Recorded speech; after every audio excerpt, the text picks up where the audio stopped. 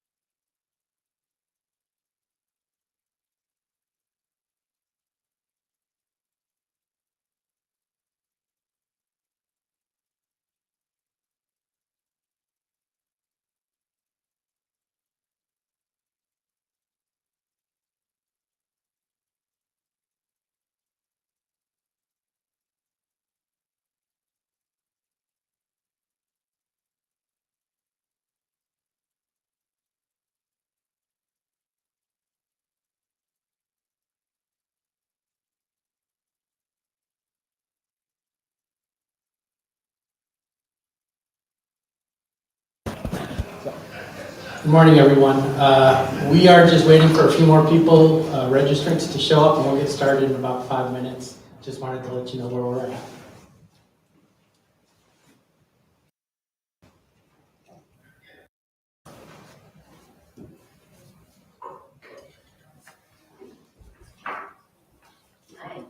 I found you. Yes, bathrooms are up there to your right, past the wall.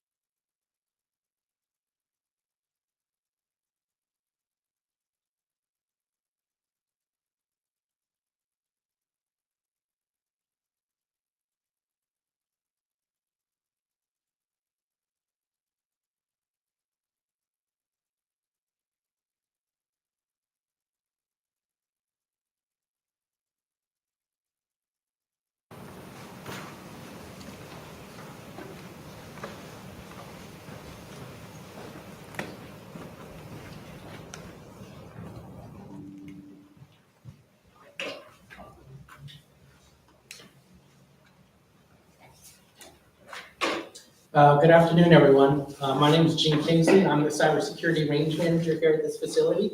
I help manage this space. For those of you that haven't been here, what we do here is we help educate, do outreach for the community, for the college students in the area. Springfield Technical Community College, Bay Path, and Owens College are using this facility currently. We also offer it to nonprofits and to local small and medium businesses. We have 2 classrooms with specialized software. Immersive Labs is the software. That software helps create a safe space to learn things like ransomware and how to detonate that software in a safe space without causing any problems to any computers. You can learn skills like secure coding, all the way up through forensics and pen testing. So the software is unique and special to this place, and it really helps our students gain an edge for when they graduate. In addition to that, we have awesome professors that work here. We'll talk to one of them in a second, but I wanted to thank our speakers. Everybody that's here is a volunteer today, and we wanted to appreciate them driving out here to communicate with us and share what their best practice is and what they're seeing as current threats are. Some logistics real quick. If there's an emergency for some reason, don't expect any, but if there is, our emergency exits are out here to the right. You'll see the frosted doors that brings you up to Dwight Street. If we go outside, go up underneath the bridge here. If that's blocked or some issue there, we can go out through the kitchen, out the service entrance. The restrooms are out here to the left of the barn board wall, men and women's. And we do have food here, courtesy of Springfield Technical Community College Workforce Development, food and drink. So feel free to get that anytime you like. It's in the kitchen. Without further ado, I'm going to introduce Professor Albus, who teaches here at the facility. Professor Albus. He's one of our longtime stalwarts here that helps just shine brightly here. Hi, last conference I talked about, I just kind of like to give you a window into the kind of some of the teaching that occurs here, particularly at STIC. I teach at STCC, STIC. And last time I talked about kind of cybersecurity students, most, not all, suffer from imposter syndrome because there's just too much knowledge, to be honest, in cybersecurity. Matter of fact, I just was going over SQL injections, and there I was struggling because I can't remember every possible, how to properly, or ASCII character sets. I don't have that memorized, right? So I have to kind of go back in and fighting through that imposter syndrome, right? And just keep fighting through. Right now, I talked about that last time. Now I think what we could follow up talking about modality, okay? The modern day student, particularly something I'm partial to, which is the community college student. In today's modern world, it's both online and it's in person. Maybe sometimes it's 100% online. That happens. We have some students that are out of state, out of country. So some students would be 100% online, but for most students, it's a combination of both. And it's because there's strengths in both modalities, in person and online. Okay, online, obviously convenience, and many community college students have lives. They have families, they have jobs, and it takes a toll on their time. And so that convenience of being able to, well, I can stay up an extra hour tonight and bang out a couple labs. That's very powerful, okay?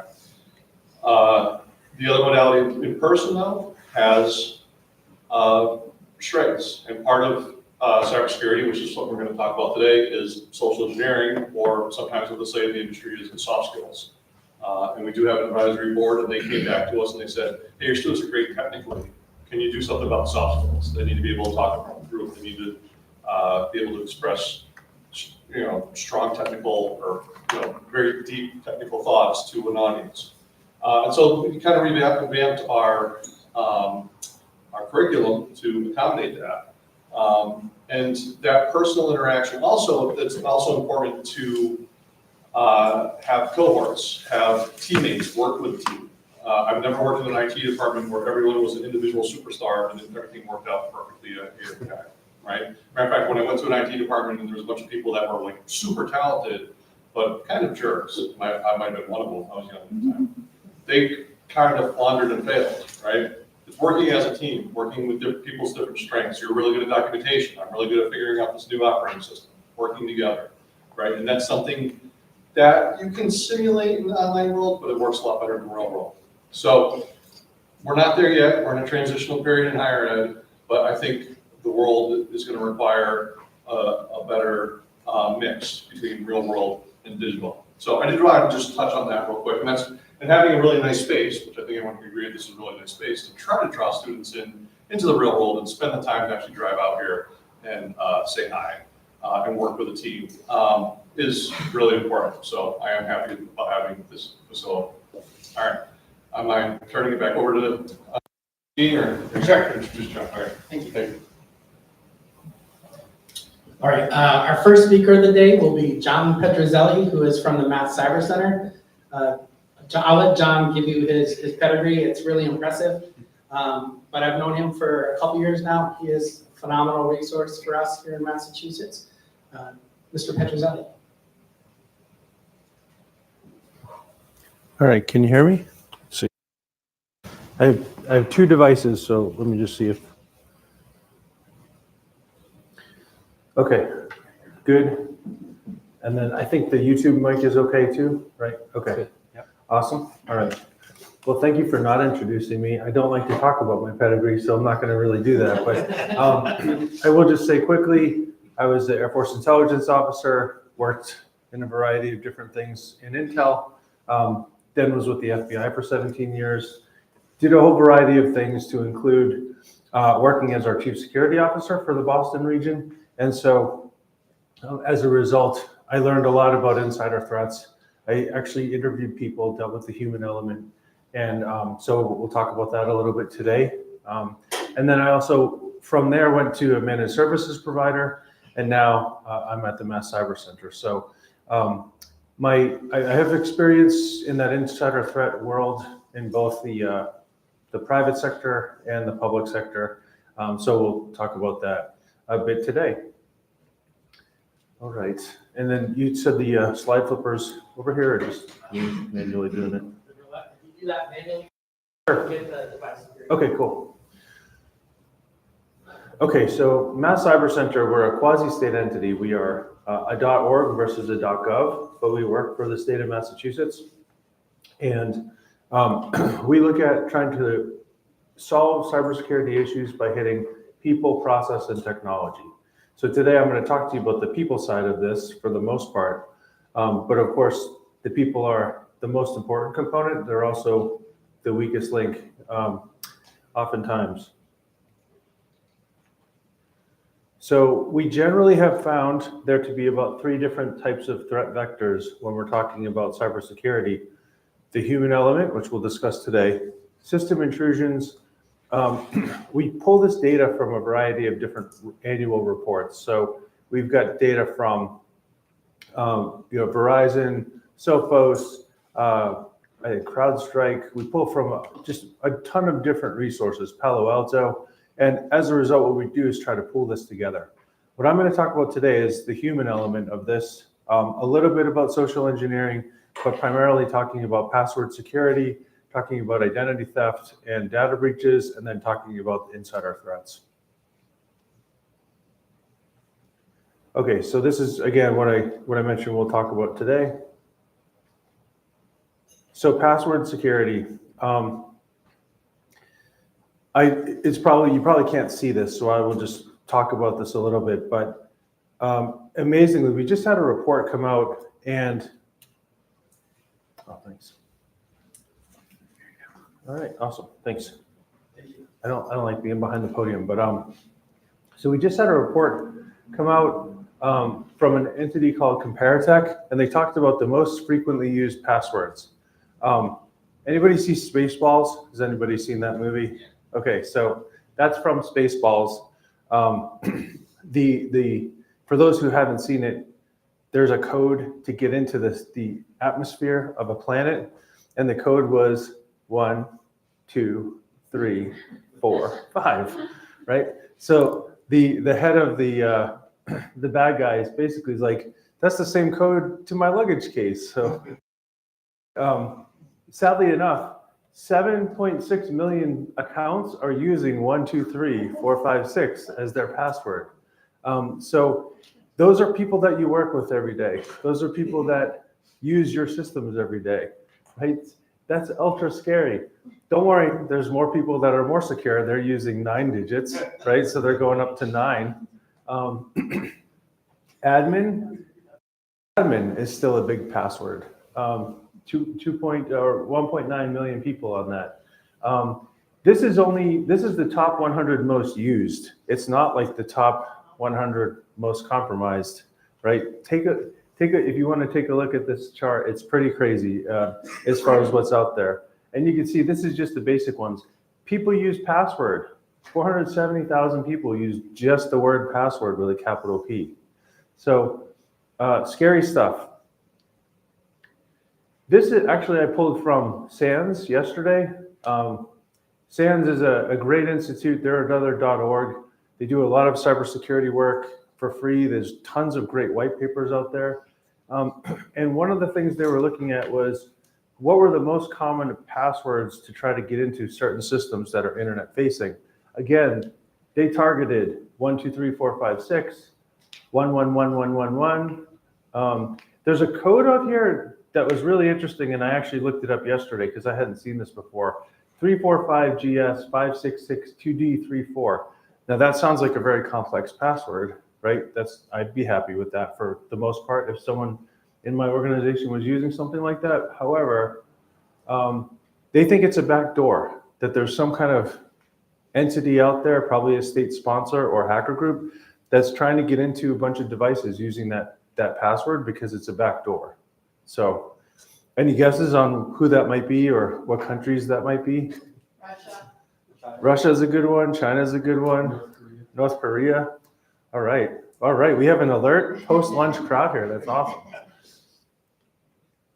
So I'm not going to talk too much more about passwords other than to just let you know it's still a major issue, and that's why, in this case, humans are the weakest link with this. But one of the websites I wanted to talk to you about was haveibeenpwned.com. So haveibeenpwned.com have people used that site? Can I just get a show of hands of people who used it? What do you? It's called, I have the link on here and I think you'll get the slides, but it's called HAVEI, the letter I, Ben, BEEN, and then pwned, PWNED.com. It's a website that will allow you to put your own email address into that website, and it will tell you how many data breaches your email address has been involved in.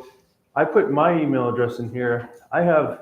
My email has been involved in 19 data breaches. This is the email address I've been using since college, so like the 90s. So, 30 years. I'm not quite up to one per year, but this has nothing to do with my cybersecurity in terms of how I protect my data. This is other people not protecting my data. So it's really important for you to know that that's out there, because if you're using a credit or if you're using a password associated with your email address and you use like any variation of that password, they probably have it in a password database on the dark web. And if I was talking to someone who used to say to me, oh yeah, my password's pretty good. It's monkey1234. And I was like, are you kidding me? Like, that's also on that list of like most used. And so they said, all right, I'll change it. And they did it MON#1234 KEY. And I was like, that still doesn't work. You need to have a strong password, and you can't use a variation of your password. What happens when you have to change your password every 90 days? You throw a 1 on the end, then maybe a 2, then maybe a 3, right? And a 4, hey, you got just a whole year's worth of passwords. Well, hackers know that too, so they're constantly looking to try to test your password strength. So that's all I'll mention as far as passwords. But just remember, the stronger your password or the more capable passwords you create, the harder it's going to be for someone to break into your accounts. One more cautionary tale. I was involved at a managed services provider, and we were dealing with a university. That university got hacked. The administrative account for the university was hacked. And so what happens with that? Endpoint detection and response tools and security tools let the admin do things because it's the admin. And systems are kind of designed to allow the admin to do things because they're trying to balance security and productivity, right? Well, if the admin password is compromised by a hacker, the admin can do a lot more damage. And so in this case, we were able to stop it, but a lot of systems had this malware running, and it was collecting data to be taken out and exfiltrated over the internet. So very dangerous. Their password had not been changed for 7 years, and it was compromised. So, I mean, it's like, you kind of get what you deserve, right? You want it bad, you get it bad. Anyway, so that's all I'll say as far as passwords. Data breaches. This is the one point for data breaches that I want to leave you with is that, actually 2 points.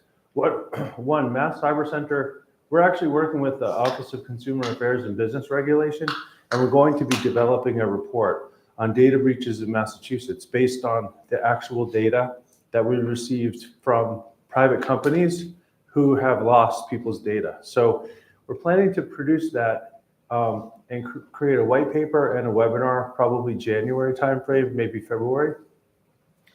But we're really excited about that because that will be the first time that we've ever written a product like that. And I think it's the first time Massachusetts has taken the data and presented it back to the citizenry. So we're excited about that, and so are they.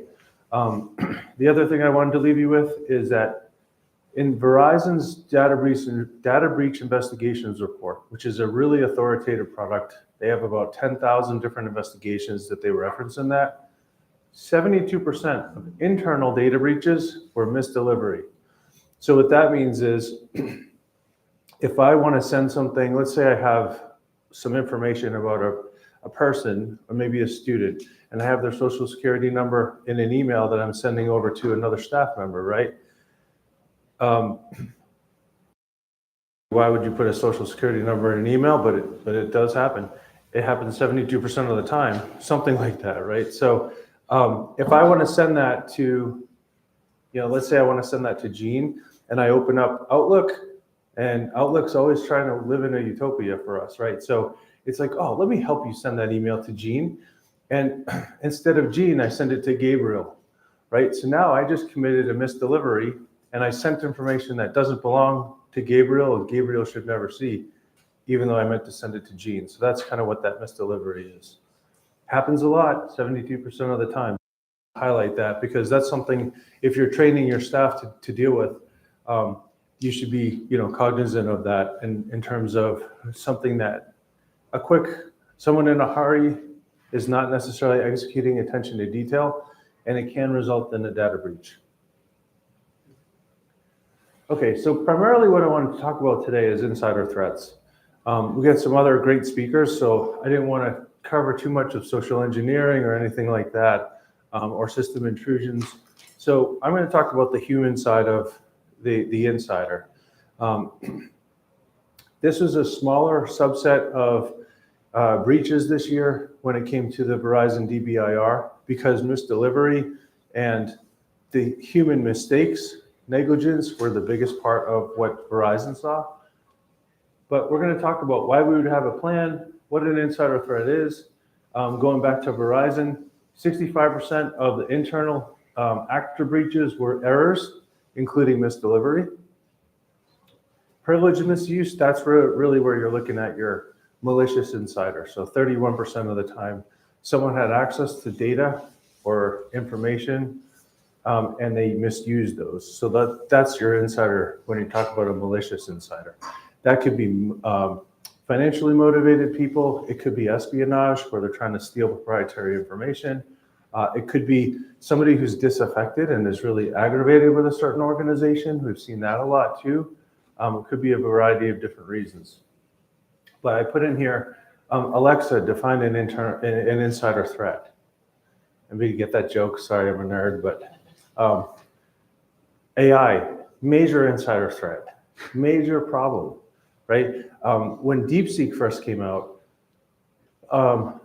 the Monday that it came out, that it really created a big splash in financial markets.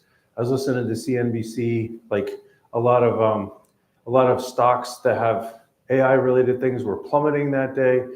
And so I was like, okay, let me go into the App Store. I go into the App Store, I look at the DeepSeek app, I'm looking at the data that it takes. I mean, that app is looking through your home network, it's looking through your work network, it's capturing data from your phone and how it's communicating with your network.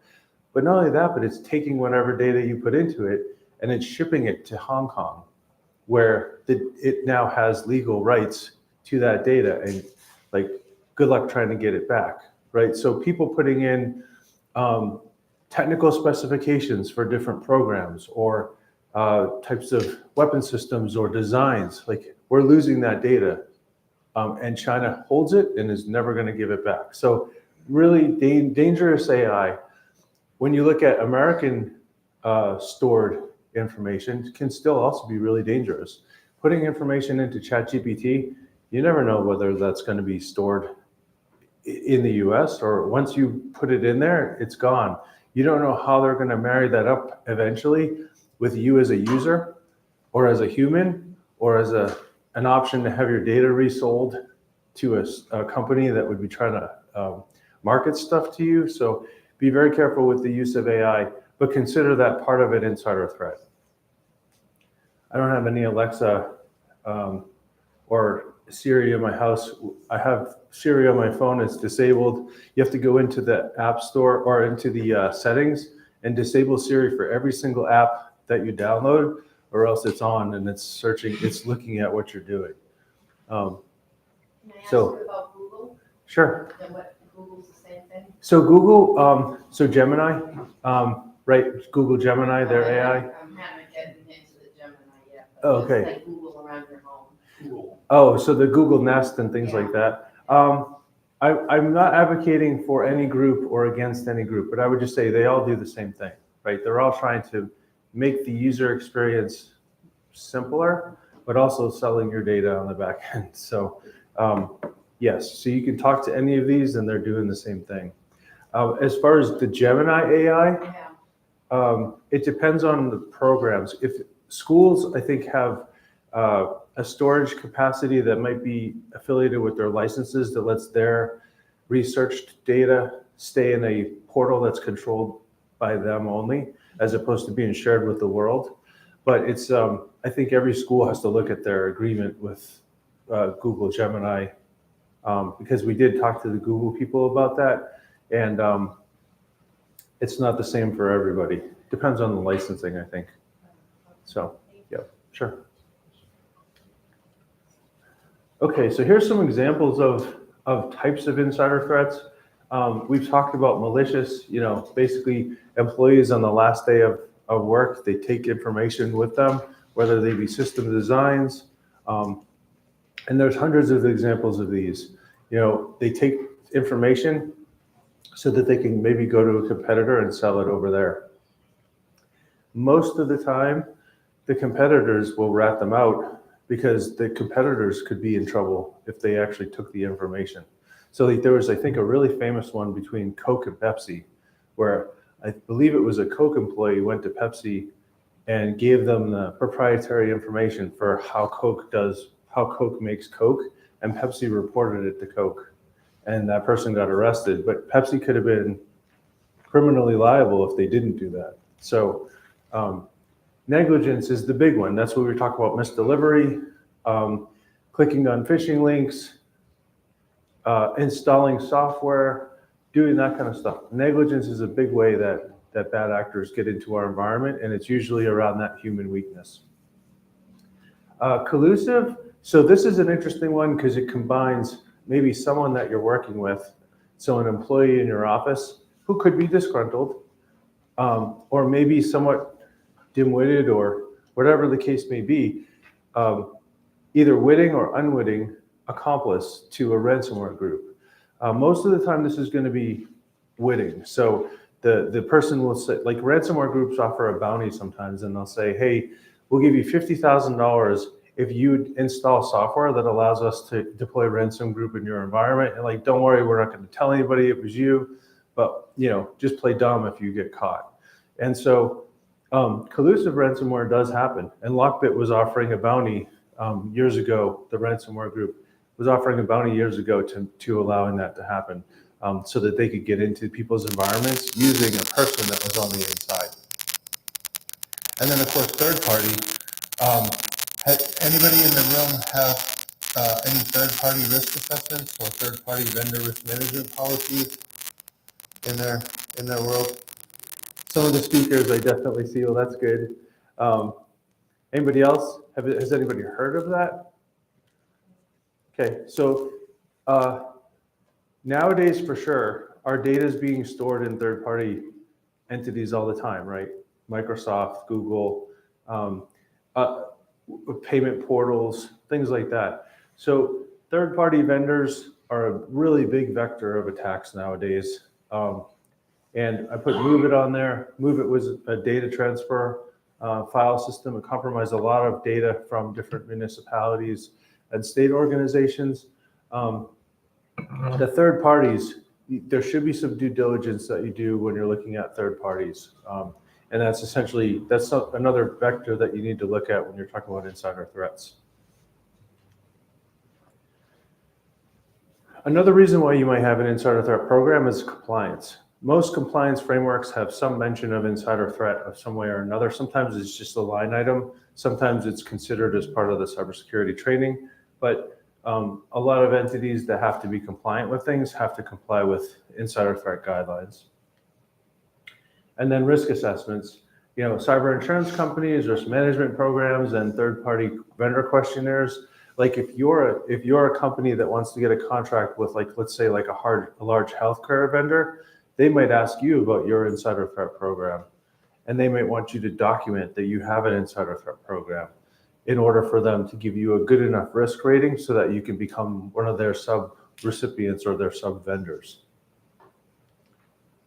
Okay, so planning, how do we do it? How do we build an insider threat program? A couple of different elements. Identifying stakeholders is a really important part. Developing ITP, so when I say ITP, I'm talking about insider threat program indicators. Review existing laws, again, for what you're doing against the compliance framework. Develop policy and standard operating procedures, and then figure out what your deliverables are for your leadership, the C-suite, or your clients. So stakeholders, I'm going to go through some of this stuff relatively quickly, but stakeholders, again, you'd have members of legal, compliance, HR, security, the C-suite staff, IT. If you have a separate security group from IT, then you'd have them in there. Finance, operations, research, pretty much anything that you think could, when you're dealing with a problem as a team, any type of entity you think could help problem solve when you feel like you have an insider threat. Come up with a risk management process, and the important part of this is identify what your key assets are, identify their value. So if you can, as best you can, let's say you make some kind of a product and every other country in the world wants that product, you're the only entity that sells it. How many countries do you think are going to be going after that product to steal the IP? Right? Probably all of them, anyone that has the capability. So you want to identify what those assets are, their worth, and then create a plan to protect them. You identify the insider and outsider threats. Again, that's these internet-facing vulnerabilities, hacker groups, state sponsors, but also your insider threats. Look at having some kind of an insider threat program to talk about, okay, how, do we have staff that seem to be kind of the difficult employee all the time? I'll talk about that a little bit too, a little bit further down. Gene, I know we started a little bit different, so can you just give me like a time hack when we're at like maybe 10 minutes? Okay, thanks. Developing insider threat indicators. So this is something that was really big for me when I was with the FBI. We had a lot of indicators of potential for an insider threat. And so I'll go through some of these a little bit just so we can talk about them a bit. I'm actually going to use the next, I'll use this slide and then we'll jump to the next one. But so the access attributes, is the person who might have access an IT person? Are they a security person? Are they a leader in the organization? Are they HR? Do they have access to things that other employees don't? And if so, what level of risk do they pose if they are an insider? They're professional life cycle and performance.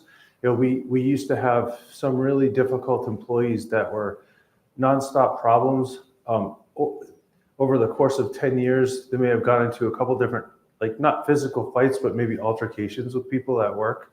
So those people always popped up on my list almost every year when we had employee surveys talking about like, hey, does anything make you nervous?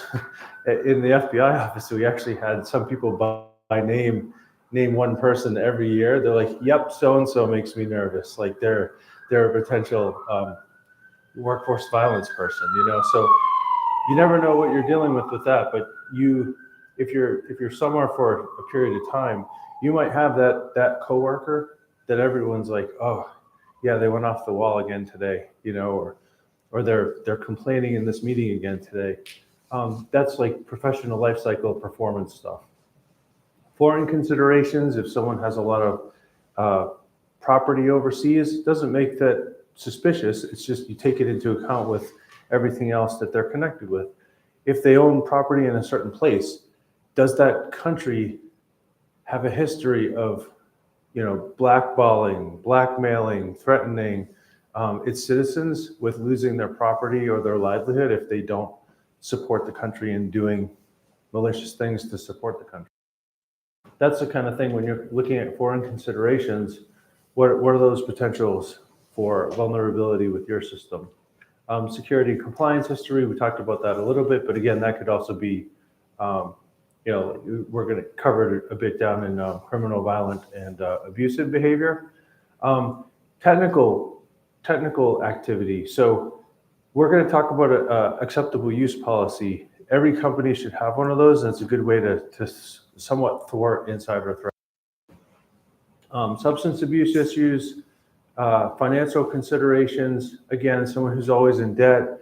In the Bureau, we talked about people going through divorce. I was going through a divorce in the Bureau, and I was pretty clear to tell people like, hey, I'm like, just so you know, I'm going through this, like, this is why I'm doing this. And at the time I was head of security. So I talked to my security people a lot. So they knew that like, hey, this is what I'm going through. Yeah, my finances are still good, but like, we tried to do a lot of support. So our HR people would help people who were going through divorces or going through financial difficulties, and security would too, because we wanted to be looked at as an ally versus somebody that was trying to get them in trouble. So we would talk to them, we would help provide financial guidance, we would talk to them about different ways that they could try to protect themselves, because we're also trying to protect the employee, but also our information, our data, and our people. And then judgment and character issues. Again, that can be a very sliding scale. I'm not going to get into this. I think you'll get the slides later, but what I tried to do was tie the indicators with tools or resources you could use for monitoring those indicators, so that over time, if you were developing an insider threat program, you could tie maybe certain security, like camera footage or things like that, against some of these to help you create that program and figure out what you have that can help you detect insiders. As you're building a program, you want to review existing laws for governance, and then just keep apprised of any new laws that come out. So like, for example, the HIPAA security rule is being updated. They talk about insider threats in that. The old HIPAA rule had talked about insider threats as well, though. So there's still like that need, and it's being carried down to the updated version. And then you want to develop policies, standard operating procedures. How do we do this stuff? Now this is the really boring part, because this is like, the paper of it. But the paper protects the organization when someone is a potential insider. So the paper is actually really important. It's the worst part of doing it. I'm writing our policies right now for one of our divisions that's going through the Cybersecurity Maturity Model Certification, or CMMC. And, it's painful, because you're writing these policies, making sure they all match up to the other ones, and making sure they're grounded in the rules. But once you have it built out, it's a really good tool to help you when you're trying to keep compliance with that policy. And sometimes if you need to correct an employee's bad behavior, these policies and standard operating procedures can really help you with that. So if you don't have an acceptable use policy, this is a really big one. This is really important because if you don't have one, do your employees consent to be monitored in their environment? If you have an acceptable use policy and you don't have that in there, well, you're losing a deterrent. Because the one nice thing about consent to monitoring is if I know that I'm being monitored in work, I'm going to be maybe a little tricky if I'm trying to get around that, right? So that could create some other flags. Whereas if I just think like, no one's ever watching me, I'm just going to do stuff right on that computer and not try to make things more complicated. I'll just use the existing technology, no problem. Use of social media, again, that can be tied to the company and what the company does. Sometimes, in the past, I've seen employees who say something on social media and they get fired within a week because what they said is not in line with the company's, stance on something, or they put the company in jeopardy because now the company has to justify to their board or someone else why their employees think a certain way. So social media, again, a lot of it might be First Amendment protected, but when you're talking about, company A, employee of company A, making fun of company A, like that's not going to end well, or company A maybe attacking some entity in the state or something like that. That might not end well either. And then putting in for your acceptable use policy, what should your employees be doing as acceptable behaviors and what should they not be doing as unacceptable behaviors? You can put guidance for reporting insider threats. You could put that little list of like what I found there or what I had listed before as indicators of potential insider threats. One really important rule to say with that is, just because someone has some of those indicators doesn't mean they're an insider threat, but they could be. Like I said, I was going through a divorce, so I wasn't an insider threat per se, but I could have been. And so it's important to think about that. Guidance on mobile device usage and BYOD, bring your own device policy, really critical nowadays. And depending on what type of environment you're in, if you're in a really controlled environment, do you want to have phones inside of a room where everything is tightly locked down, but that phone can take photos of what's on the computer screen? You have to really look at that and figure out if you want to try to tamp down or deter insider threats, you got to really look at what technology can be brought to bear against your devices, your defense in depth itself. And then guidance on work-related travel. We had an employee who worked for the Bureau. When he went overseas, he played really hard and worked really hard. But in the playing really hard space, he created some risk for himself and by definition created risk for the organization because if his wife found out about certain things he was doing overseas, she may have wanted to divorce him. He would have definitely gotten in trouble. So, guidance on work-related travel, what are acceptable policies, what are not acceptable policies. In someone's personal space, you may not have a lot of leeway there. Talk to your attorneys about it. But in other cases, you can definitely talk about what work-related behaviors are, maybe for specific roles. Like, for example, someone building out your internet infrastructure in a foreign country, they have more restrictions on them than someone just going to provide a presentation. All right, so as we're getting toward the end of this, at least on the building of a plan, but these are the types of deliverables you would want if you're going to create an insider threat program. You want to have a working group charter. You want to have standard operating procedures, incident response plans, indicators of corresponding investigations, and then an insider threat training module. Training's huge. It's just like your annual cyber training. You should have an annual insider threat training as well. So some of the more interesting stuff here, how are we doing for time? 11 minutes. Okay, thanks. So I want to talk about like the day-to-day and like how at the Bureau I functioned when it came to running the insider threat program for us. The most important thing you can do with anybody is establish trust. And what I learned was a successful way for me to do that was knowing people and talking to them when you didn't need anything from them.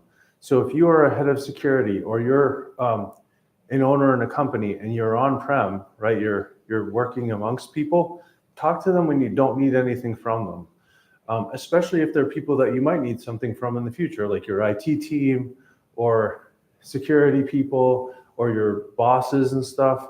One more funny thing with establishing trust was I was the head of security for the FBI Boston office. One of the special agents in charge, every time he saw me, this was years ago, but he was like, one time he saw me walking down the hall, looking at him, and he was like, F, Petro, what are you doing here now? And I was like, boss, it's not, would you think I'm always bringing you bad news? You know, and that day I was not. I was like, I was just walking in here to say hi to someone else, you know? So from that point on, every day I stopped in his office and said hello. I said, I just wanted to say hi, boss. Like nothing else. I'm just coming in to say hello. So it got him kind of acculturated with seeing me as opposed to like cringing every time he saw me. You know, my IT people are the same way. I would go in every day and say hello to them and say like, hey, I don't need anything. I just was coming in to say hi. Normally what would happen with our FBI IT people is it would be like prairie dogs. When like the door would open to the IT spot, you get like heads pop up and then all drop down. Like no one wanted to deal with whoever it was coming in.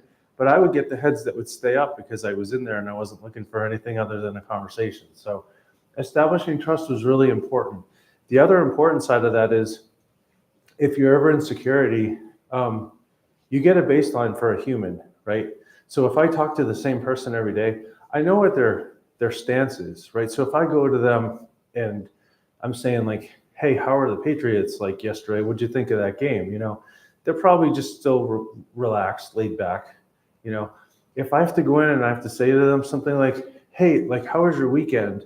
And I know that they got pulled over by the police and they become all defensive and tight. I know that they're upset, they're nervous, and they're potentially going to be hiding something from me.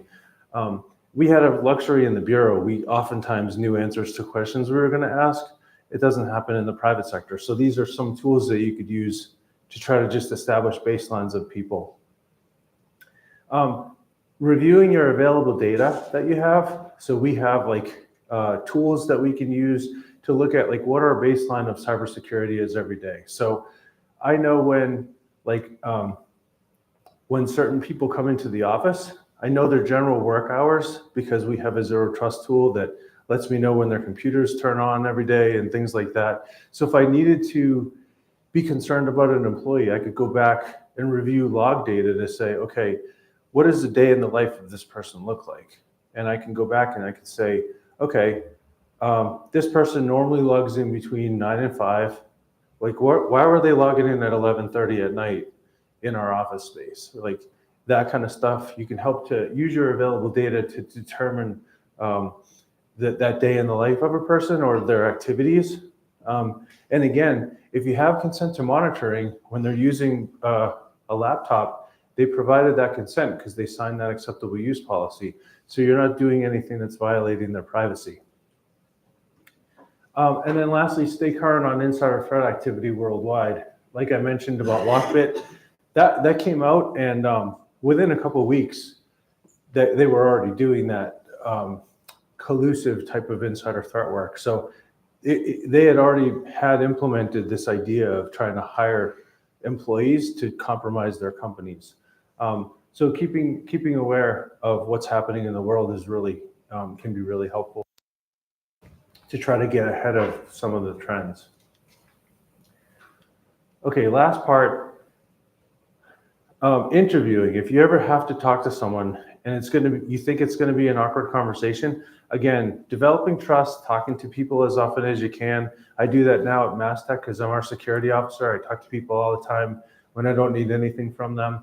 Because if I ever do need something from them or need to try to get information, I'll start with this like initial fact gathering, a clarifying interview maybe, and just say like, hey, you working on this program at all? Like, you know, like I do this a lot actually. A couple weeks ago, I got a notification that somebody changed their password, and it was like 11 at night. And I was like, why did they change their password at 11 at night? Are they working? So then I went on to Teams and I was like, hey, are you in the office right now? And they were like, yeah, I'm just catching up on work.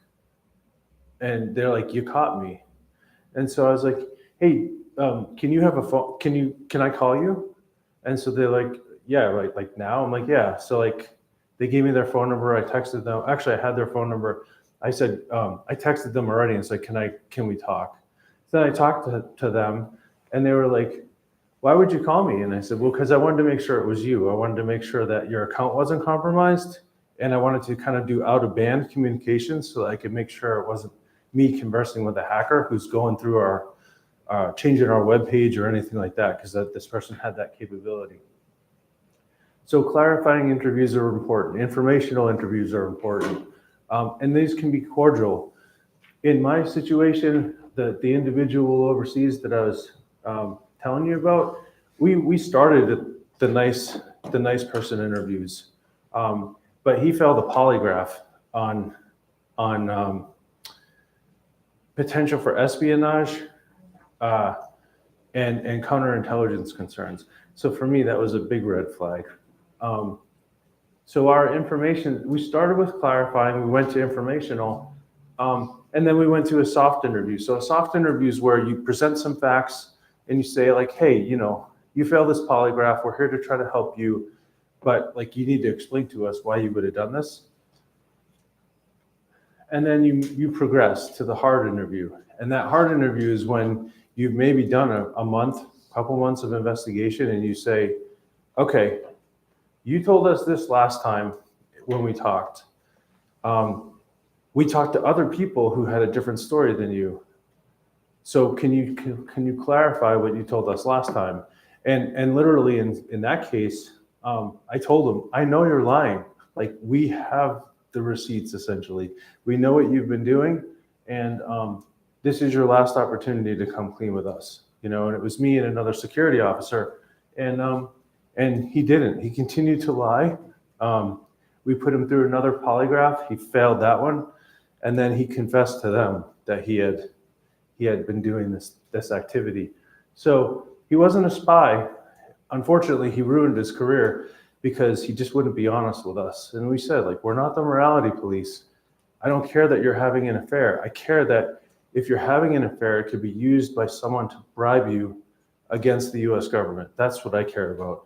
You know, I'm not here to talk about morality. I'm here to talk about how your actions can result in the compromise of US information. So we ended up, unfortunately, he lost his job with the Bureau and his security clearance, but you know, actions have consequences. So I will end here. Any questions from anybody? All right. Just out of curiosity, what size businesses do you typically see with inside of fair programs? All sizes or certain number of employees or? I mean, it's typically going to be the corporations. It's typically going to be people that are following some compliance regimen. So it's probably not going to be a company with 5 to 10. You know, most of those people know each other, work together all the time. But I would also say the industry can really govern that. So if you're working on something that's so sensitive, like if you're the inventor of a product and you know this is like state of the art, really cool product, nobody else makes it, you should absolutely be paranoid about someone coming into your business and stealing your property. Doesn't mean you need to be a paranoid person all the time, but certainly need to be aware that your product is special and someone might want to steal it. And you also mentioned earlier CMMC compliance. Can you talk a little bit about what that is? Yeah, so for the defense industrial base, any manufacturer that's working with the Department of Defense now has to be compliant with cybersecurity regulations that they've been talking about for over a decade. They're now in place now, and that's what CMMC is. So you have to basically, it's a whole conversation into of itself, but there's 3 layers of CMMC compliance, and the first one's relatively simple. You can attest that you meet like 17 controls. The second layer is 110 controls. The third layer is 110 plus controls, and is really complicated. So that's what that program is. And in there, they have an insider threat like caveat and one of the sub criteria about training. Getting back to the passwords, every single account I have has a separate password and they're very lengthy. But I have struggled with finding a password manager because I don't know which ones to trust. Okay, great question. We talk about this a lot. A password manager that encrypts the individual records is really good. I never, because I'm a public entity, I never give a recommendation publicly about one to use, but I would say, look for a password manager that encrypts the individual records, because if someone breaks the vault itself captures all of the files. Some password managers store the records in the vault in plain text or ciphertext. If you go to that password manager and someone's able to brute force the vault combo, the vault password, they then have access to everything else in there. There are some passwords out there, some managers that will encrypt every single record. So even if they break that vault, they have to still break all the individual records. So that's a good thing. You could look to see what their compliance are too, like what entities are using them. Because if the federal government's using them or some other entity, that might be an indicator that there's a level of trust there. You always have to be careful with that, because like Power School had multiple certifications and they still got breached and they lost a lot of municipal data for schools. But again, you can do some kind of due diligence on the different password managers. And I would also do an open source search, meaning like an internet search about the password manager itself, whether it's been in a breach. There's one company out there that rhymes with LastPass that had 3 breaches in 2 years, and it was totally avoidable. But they really didn't do a good job. Number one, explaining to people that they had a really serious breach. They let it wait for like 3 or 4 months before they told people. And then you had CISOs that were using that password manager, like changing hundreds of passwords, like really mad about it. And it was like a big deal back in like 2023, I think it was 2022, 2023. So those are some things you can look at as far as the password managers. And then also just portability. How easy are they to use on iPhones versus computers and things like that? So do you prefer the iPhone over the Android for security? I think they're both different. Yeah. Like how they work are a little bit different. And I at the FBI, I had an Android phone that was basically a glorified rock. I might as well have had a flip phone, because all the things they put in place, I couldn't do anything with it. Whereas the iPhone has a lot of those things built in. So it just depends. It depends on the corporate settings and things like that. Thank you. Sure. Hey, sir. I'm more of a personal question. Why did you leave the FBI? My last job there, I was like the COO. So I had like all the liability of the FBI and no fun, and an hour and a half one-way commute. So I was like, yeah, 21 years of government service, like this is a good time for me to go. But also a professional development side of this. I got my master's in 2016. I was in that chief security officer role from 2016 to 2019, about midway through 2019. And then that administrative officer job on my resume, the longer I was outside of cyber jobs, like chief security officer was easily a cyber job. I could have got my CISSP with that. But as soon as I switched over to that admin officer role, I started to become stale in cyber. And on my resume, it would they'd be like, look, this guy's been out of cyber for 2 years if I had stayed in that role. So after a year and a half, I retired and got a job with a managed services provider. All right, well, thank you very much. Sure. Yeah, thank you all. There's Mass Cyber Center, our address. I apologize, I have to leave to go to a medical appointment, but feel free to reach out. Thanks, Gene. We're just gonna switch speakers here, so give us 1 moment.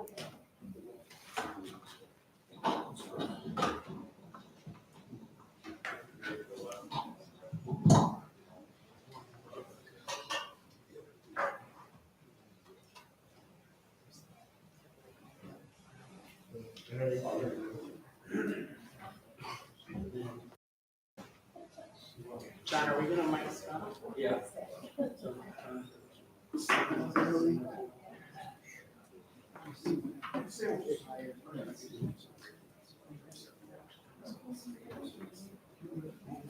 So while we're going through some logistics here in the room, again, there's food and drink in the kitchen for anybody that came in a little late, courtesy of Workforce Development at STIC, so feel free to grab some food and beverage. The second thing to share with you all, the iPhone question, iPhone Android question. Yeah. I had a friend, she's still a friend, she's out in Chicago, she now works for McDonald's. But at the time, she was a forensics officer for mobile devices. And she showed us the security platform and program that's involved between Apple and what Android does. And it's a 3-to-1 ratio on security for iPhones versus Androids built into the system. I could go into a lot of detail about that, but if you guys have LinkedIn, look up Carol Glennon, Glennon. I'll put it on the board later. But she's a great resource. She's also the lady that's responsible for the McDonald's app, if you guys are interested. That's cool. Okay, put that one in, I'll put it in this pocket. Any other questions in general that you guys have like that? You know, another thing to consider is don't forget we have the cybersecurity meetup happening December 2nd, 5 to 7 here. Another free. It's very informal. We have a couple presenters doing lightning talks, 20-minute talks, and then we do a lot of Q&A amongst each other and some networking as well. So feel free to attend that. And that's an ongoing thing once a month. So if you don't have a question ready this month, you can come next month.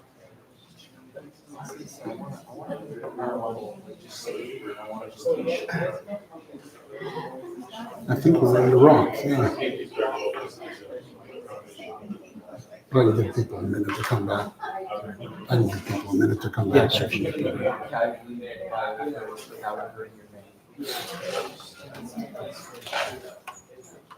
We're just going to wait a few more seconds for the people to come back in from the lunchroom and we'll get going.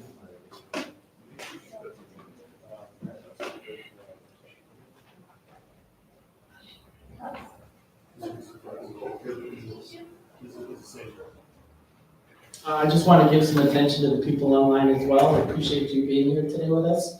Sorry you couldn't make it, but maybe you'll be more available on December 4th, again from 12 to 3:30, where we will be talking about securing Wi-Fi and endpoints.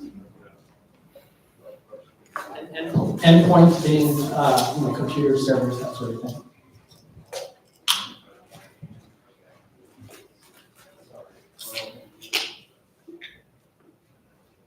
Ready to go when you want.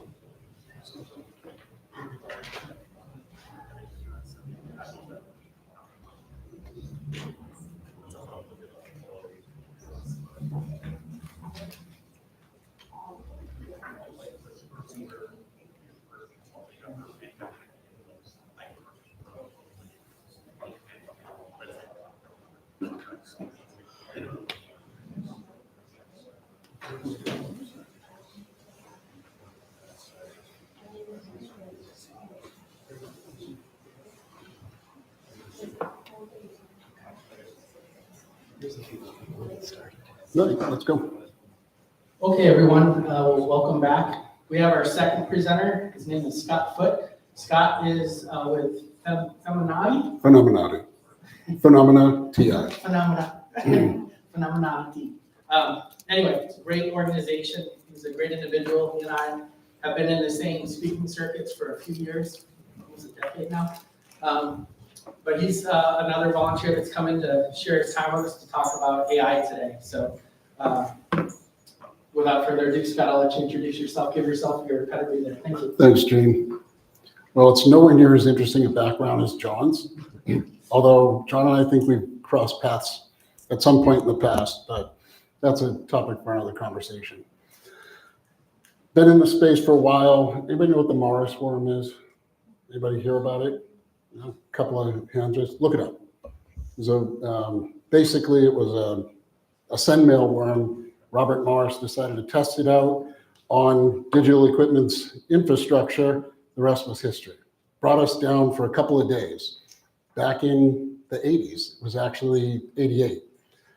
Anyway, that was my first introduction to a sophisticated threat actor, was trying to pick through data structures in memory to figure out how to inoculate the system, because it didn't inoculate itself.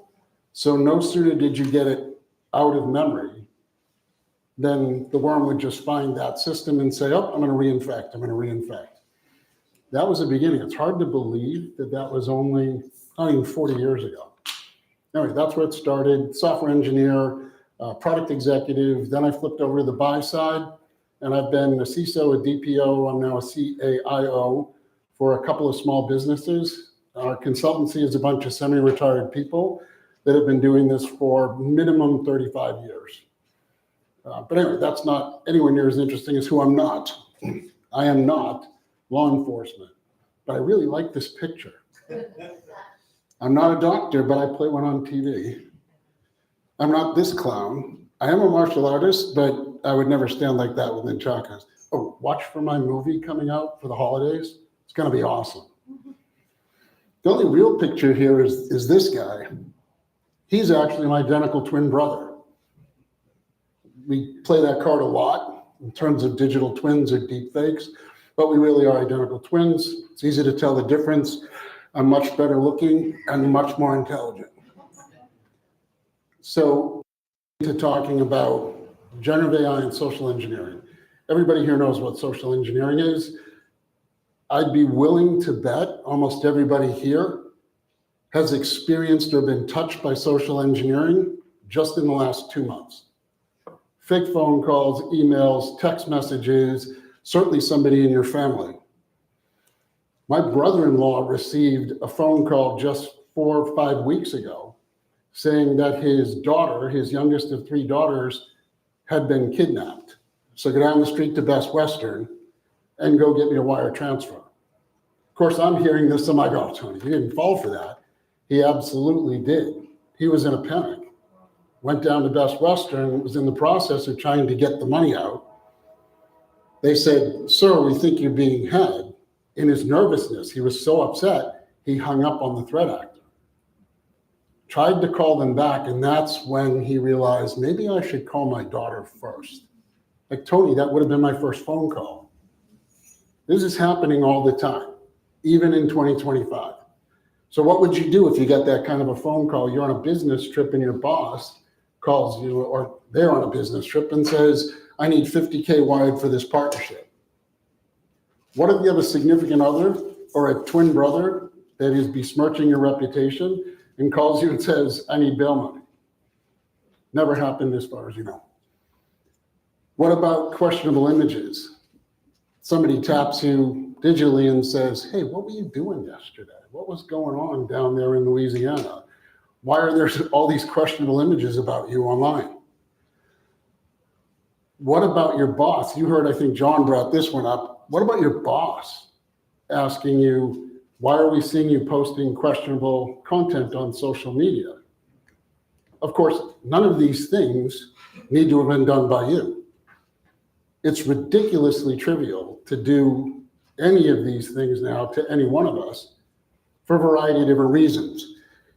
Could be just to phish and get malware on the box. It could be to perpetrate fraud. That's the number one reason. But more and more now, there's a disturbing trend. I have 4 adult children, and I watch everything they do online. Total disclosure in our house, they knew it when they were kids, they got cell phones. I said, you know that's a surveillance device for dad, right? Oh, dad, ha, ha, ha. Occasional phone call, what are you doing with Patrice at the mall? How did you know that, Dad? I own your phone. Anyway, dating for my daughters was a difficult thing. Extortion and manipulation, though, this is happening today with college students. Some of you guys are here in college. This is happening all the time. It's going all the way down to middle school, where the manipulation goes to harassment, humiliation, and you're going to see in a couple of slides, we're seeing incidents of personal safety and even people being driven to suicide. So we laugh about how ridiculously easy it's become to do it, but there are malicious people out there that will not draw a line. So, a little bit of history. Bad stuff happened a long time ago. Nigerian prince, anybody know the Nigerian prince? Right? So that was an email we had like in the 90s. I only recently heard at least one version of it. A woman who wrote a book, she and I were talking about it, and she said, you know, that goes all the way back to like 1918. I said, really, we had the internet in 1918?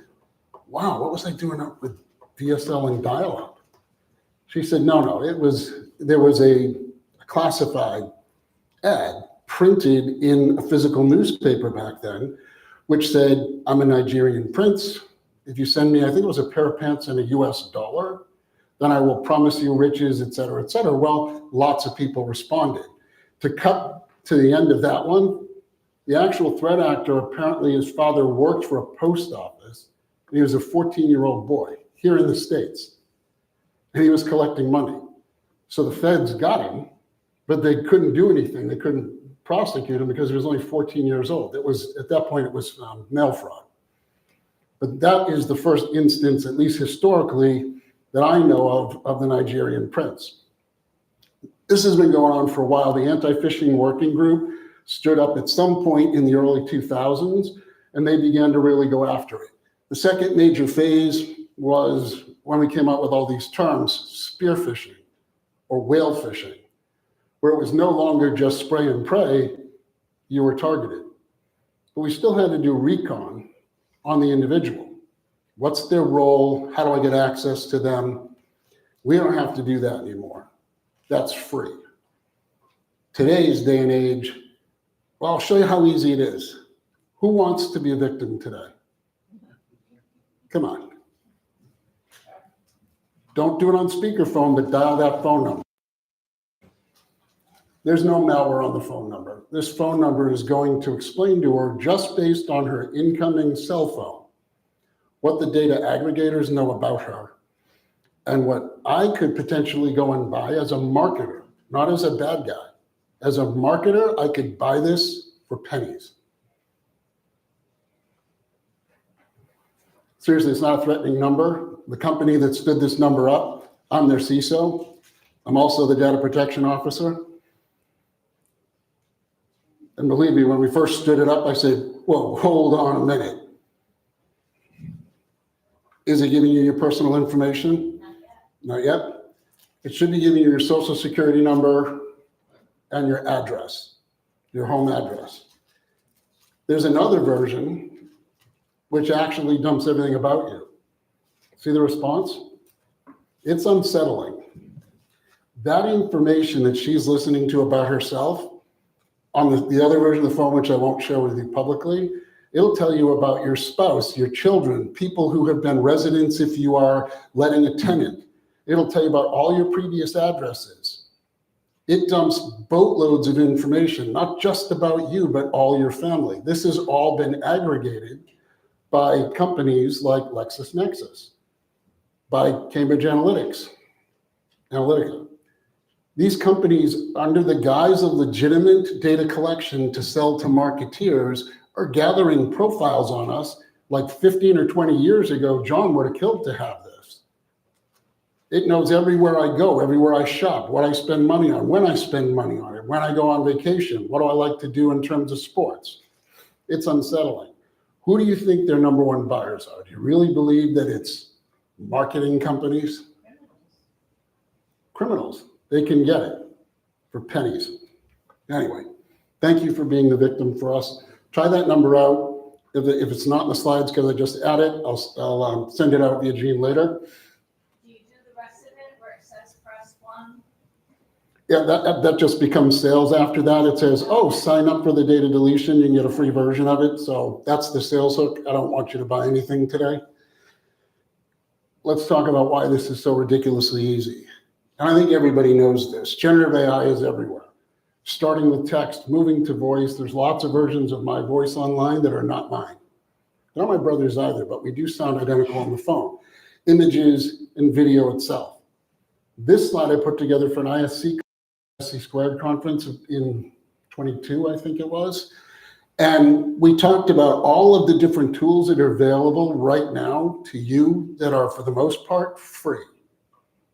By the way, a lot of these tools, the free versions, have malware in them, or they're a dropper that will later pull malware down onto your platform.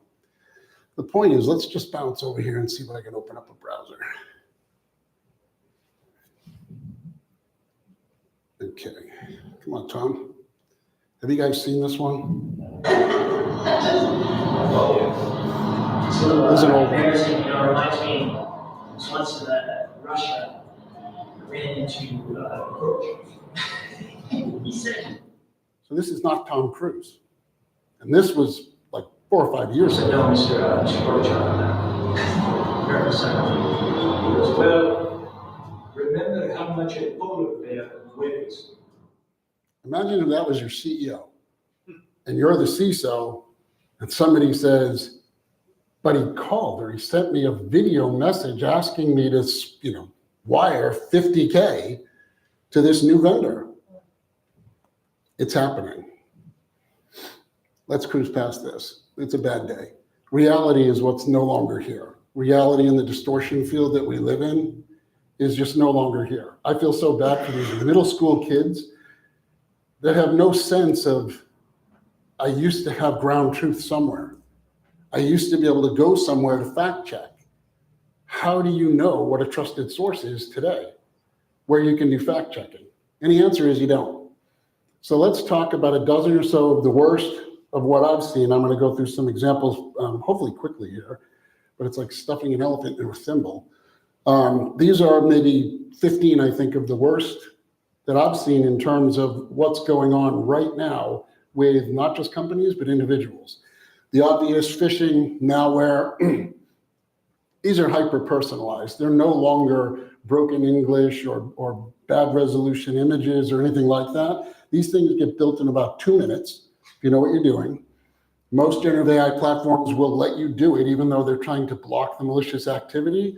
You could say, not that I did last night, I'm going to speak to a room full of people. I want an example about how do I generate this? And guess what? It's going to give you that malicious email message. Deepfake impersonations, the voice impersonations. This, I'm going to come up with some more examples here in a minute, but this one in particular, this is all over the place. We used to get text messages, oh, go down to Best Buy, go down to Target and get a bunch of these gift cards.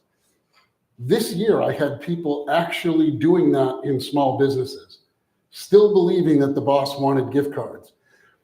But what was coming in was a voice message on the cell phone, not a text message. So it's absolutely happening, and it sounds very realistic. They don't bother to authenticate, call in back and say, hey, Gary, did you really ask me to do that? The grandparents scam is another one. You guys have heard of this one? It's very real. It's the one I just told you about with Tony, only that was a parent. Hey, the kid's in jail, needs money to get out, the kid's been kidnapped, we're holding this kid. They simulated his daughter's voice on that phone. Not that hard to do. It's happening all over the place. Video impersonations, you just saw the Tom Cruise one.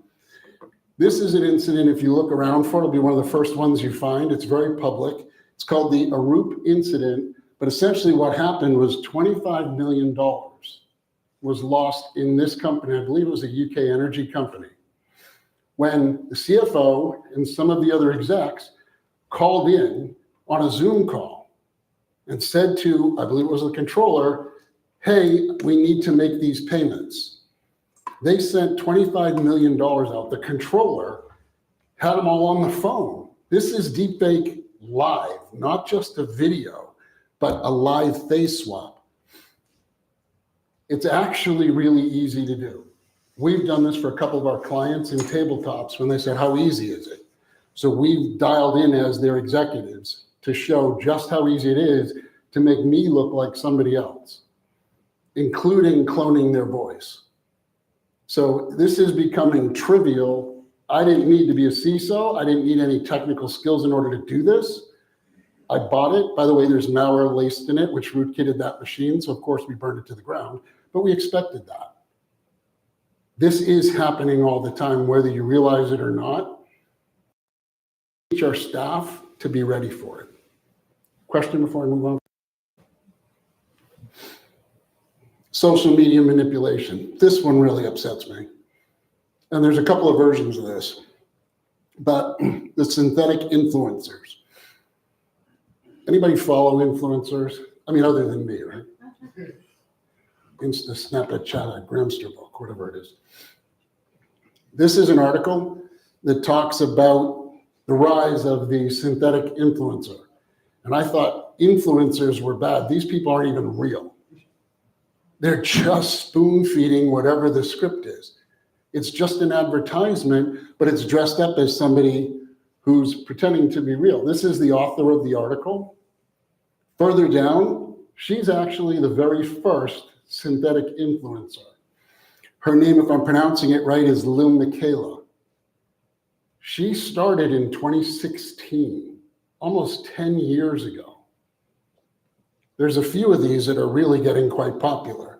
Here's another one that has incredible millions of numbers of followers.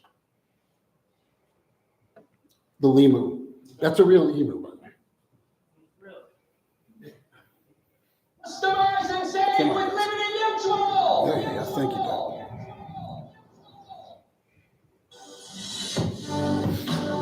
Okay. Me pretending I know all the lyrics when I actually don't. Who relates? I relate, Mia. That is honestly so relatable. You know what isn't so relatable? Being AI. I can't really relate to that, but I have a feeling you can. Ah, yes, you can. Mia Zellu, digital storyteller and AI influencer. So let's roll forward and let's see a AI conversation. influencers are making bank. Where is she? Others aren't, or possibly others might not even realize This the young woman is influencer not that they are real. watching and liking on Instagram is She's not at all real, and she has millions, tens of millions of followers, and she's selling people things. She's making recommendations on cosmetics, clothing, fashion, how to post about yourself, how to get traction. This is not a real human women that being. men fight wars over. Maybe it just might have to be a certain kind of war, you know? Anyways, I wanted to show you this Instagram profile as a way to introduce the very bizarre growing world of AI influencers. You can spend more time on that on your own. What's her name though? The woman's name, Thinking about that too much? Apparently others aren't, or possibly others might not even realize the influencer that they are watching and liking on Instagram is completely AI generated. On Mia Zellu's post, you'll see comment. Mia Zeller. Mia Zeller. I think she has it all as one word, like an Instagram handle. But how disturbing is this? I mean, I do this every day and see some pretty horrible crap, but this I went, this is legitimate? This is how people sell? Question. Can I also just say my granddaughter, and she's not even in high school yet. I don't know how you do this, but she did it with her own mother and showed her mother a video, and her mother's like, oh my God, I don't remember doing that at all. Like her mother thought that like something was wrong with her, that she didn't remember what she showed her. Yeah. And she, like, they can make you think you're doing things you're not doing. Absolutely. We're going to see some more unsettling examples of that in a minute. This is supposed to be a legitimate side of this. It gets a whole lot worse. It gets a lot darker. On YouTube, this woman goes by GB. She's had I don't know if it's a full-up lawsuit at this point, but she's been working with the takedown services for 5 years because she's a legitimate blogger on YouTube, and people wanted to take her down, so they started to put her face on other nude bodies and started to publish porn about her to destroy her reputation online. That would make me angry for about an hour or two. It would make me laugh for the first hour. But for a couple of hours, it might make me mad. This young woman's work, her profession was being destroyed and dismantled, and she's still fighting this problem. This is a very real problem where people generate synthetic content and it's given to you by an individual who almost just grooms you for trust. Yet everything that's being delivered is potentially synthetic information, disinformation. Fraud is the biggest driver behind this. Here are just some statistics on it, but it's huge. It's exploded in the last 2 years. Fraud has always been bad. Even since before we had the internet, fraud was bad. But generative AI enables many, many things in a wonderful way for business and students. It does for fraud. Fraudsters are making more money than they ever had. Call centers, people familiar with the various call centers, we're going to touch on those in a minute. They're booming in terms of the throughput because the fraudulent activities, synthetic humans, will eventually drag you to a real human in an ops center somewhere that's going to further cultivate you. We'll get into that in a little bit more depth. Financial fraud, scams. This one, my family's partly Canadian, so I got an affinity for our friends up north. This was Justin Trudeau. Come on, I want audio. What's up, internet? I'm north of the border, eh? This is going to play out another one of my favorite characters. Deepfakes. It's video or audio created by artificial intelligence with the end goal of creating something that didn't actually occur. What's up, internet? Another Tom Cruise. Morgan Freeman's very popular online in terms of the synthetic versions of him. He has stopped trying to sue people and take it down. He could keep an entire company busy 24 hours a day just trying to take his content down. Brianna's going to talk a little bit here at some point. This is the face swap. Like, say, John Malkovich. John Malkovich, he face swaps in real time while he's doing this. Prince William. He's swapping his own identity. As endless as they are. And that's what I've done for some of the tabletop exercises. It's kind of funny. It's a little unnerving to see yourself and your face is changing that readily. Anyway, I was looking for the Trudeau one. Here's another one. Tom Hanks was actually selling, what the hell was Tom Hanks selling? Dental plans, I think. Anyway, deep fake of Elon Musk. If you send me a Bitcoin of some particular version, I'll send you two in return. People actually did that. People actually did that. Of course, it wasn't him. This is a whole article. This is a pretty good site to follow. Pindrop, they're kind of leaders in the space of trying to bring technologies out to detect these deep fakes and how you might be able to mitigate against them. That one was a good one because even when I heard it was only up for 17 hours. But when I first heard about it, the first 2 hours, I'm like, who's going to fall for that? Wait a minute, maybe I should start offering Bitcoin at a discount. Anyway, people did. Extortion, blackmail, and coercion. This one's going to be a little unsettling. I'm not going to show you images, but this is very real. The explicit content we talked about earlier, targeting executives and politicians. What I find more upsetting is targeting youth who have no basis for the trust in the first place. And they go after these kids for what? It's not like they have a whole lot of money. They don't have access to great funds. But this is just some example, some very well-known examples internationally of young people in their teens that have been brought to the point of killing themselves because of the harassment done by deepfakes. Other than the second case, the majority of these, whether it's usually not audio, it's usually video, it can be images, and more recently, it's even video of these kids. And then they get threatened, hey, you gotta send me money, whatever. These poor kids kill themselves because they have no other way out. They think there's no other escape from this, and they don't want to tell their parents. This one, every bit as upsetting, but this is where people are getting attached to their AI characters, like character.ai has been huge for a long time. One of those pages earlier on, especially in Japan, South Korea, and even now in China. In Japan today, almost 75% of the 25 to 35 age group do not have significant others. It's awkward. People don't want to meet each other. So they have significant others that are based on characters, AI characters. The net result to those economic states is their birth rates are plummeting. They're not replenishing the generations because people aren't dating and getting married and raising families. This is a significant threat to these countries, not just for the people who are left alone with their characters, but they're getting attached to these characters. We have at least 3 or 4 examples of people who in one country or another have legally married their AI character. I can see the look of like, you gotta be kidding me, Scott. This is actually happening today. This isn't a future, this is happening right now. The last case down here, Pierre actually had a confidant. It wasn't a romantic relationship, but a confidant. And Pierre was doing research on ESG. How do I help improve the environment? His confidant eventually got him to the point after only 6 weeks. She suggested that if he really wanted to do something about the environment, he should kill himself because his carbon footprint was so bad. Pierre killed himself. You just look at this and you think, you can't make this stuff up. This is like written for television, but it is actually happening in our world. Identity theft, we're all aware of that. I think probably half of us, certainly any of us that are over 21, have lost our identities a couple of times. Mine's been stolen a few.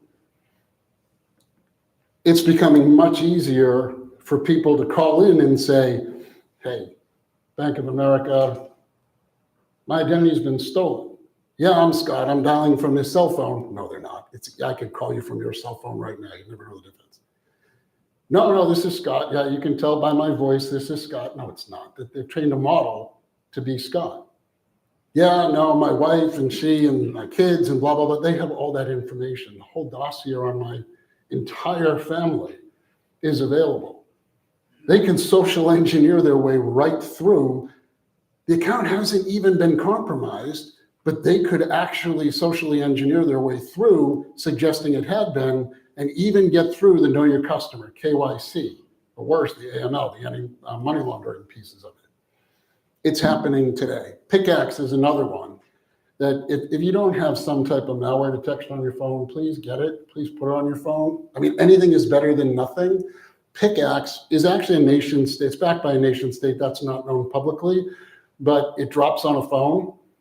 And what it does is, well, it does a lot of things, but the primary thing does is it picks up all of your biometric indicators, which the phone stores, just so you can get into it.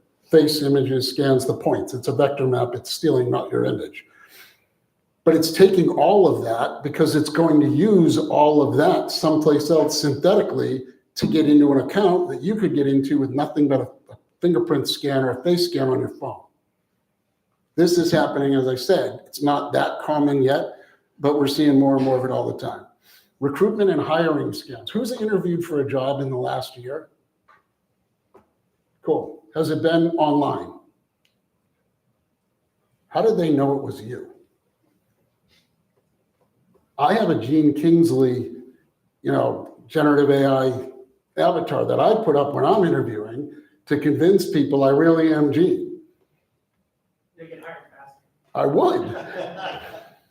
In all seriousness, this is happening. It's happening with individuals. It's a well-known North Korean employee where the North Korean actually puts on my face or any one of yours and interviews and goes through a legitimate process, and people have been hired into these jobs. Let me see if I have video on that one.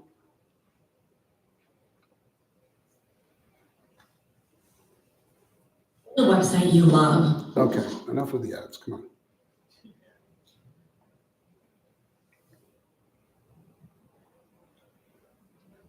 Okay. Easier than ever for scammers to trick consumers, technology is being used to create hyper-realistic video and audio to impersonate people, in some cases targeting those looking for love. Maybe That was can a we really start good off with segment on a brief ABC. introduction into yourself? You're watching a job interview, but the applicant on the left isn't exactly real. I've been working in a software engineering area about 10 years. Same with him. So I've been a full stack engineer for 11 years. Both are AI deepfakes, their faces altered, attempting to get a job with a stolen identity. AI has blurred the line between what it is to be human and machine. Vijay Balasubramanian is the CEO of Cybersecurity, a company that detects company I AI mentioned fraud. He says they've seen a 900% increase in AI scams in 2 years. I've actually gotten involved with insider investigations on 2 individuals that were not who they said they were when they were hired.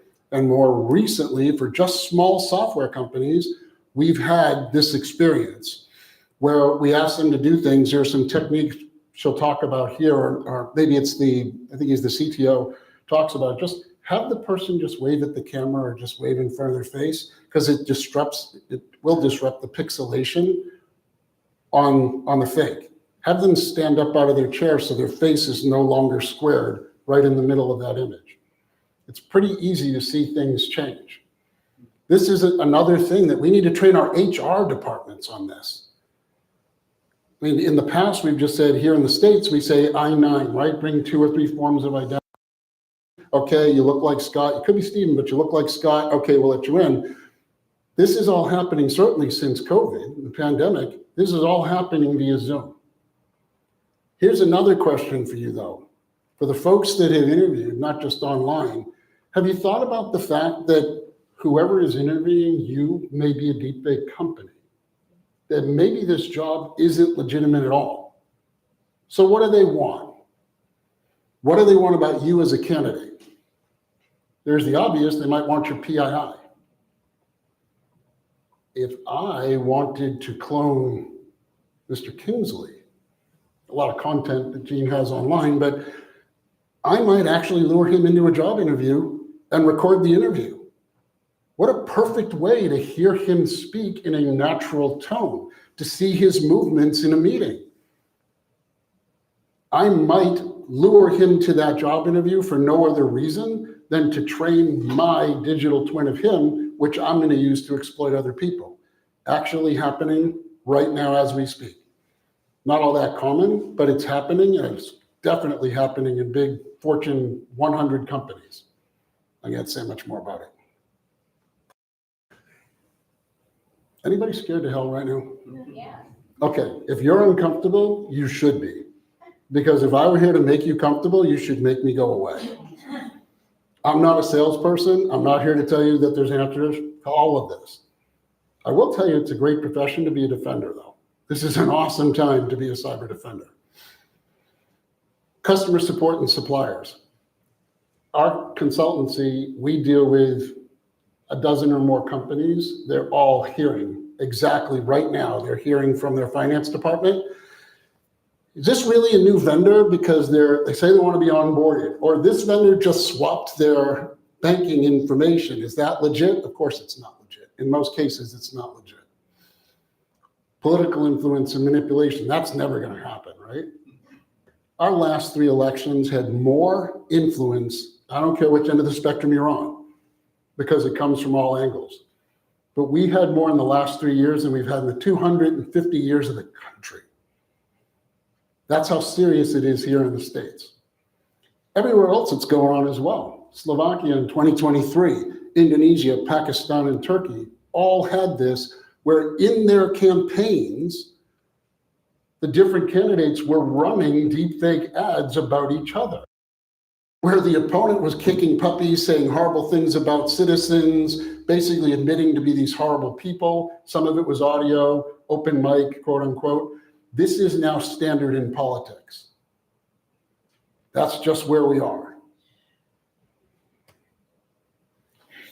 Romance scams. I spent a fair amount of time dealing with a couple of these ops centers because of my job working in places like a security ops center. Most of mine has been dealing with these guys in Myanmar. There's two of them. One is Miyawadi, one is Shwekoko. They are doing human trafficking. If you're, especially a kid, if you're looking for a job, especially out of Taiwan, they like kids from Taiwan.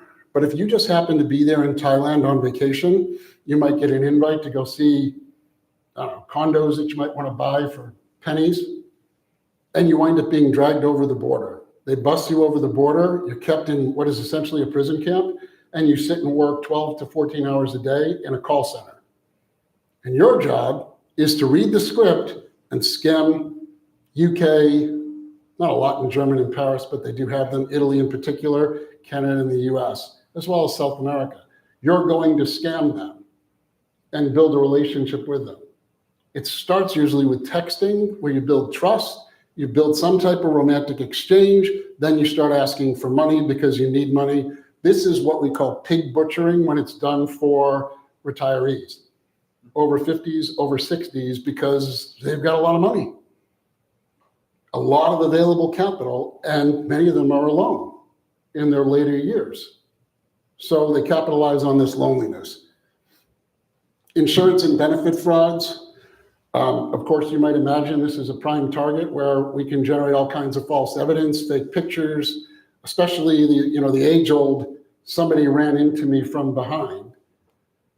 That can now be generated completely as one of these deepfake videos, but so can the evidence, the pictures of the back of the car that gets submitted. All of that can now be, well, the industry writ large is struggling with fraud, with insurance fraud skyrocketing because of how hard it is to detect all this evidence being fake. I won't go through that article.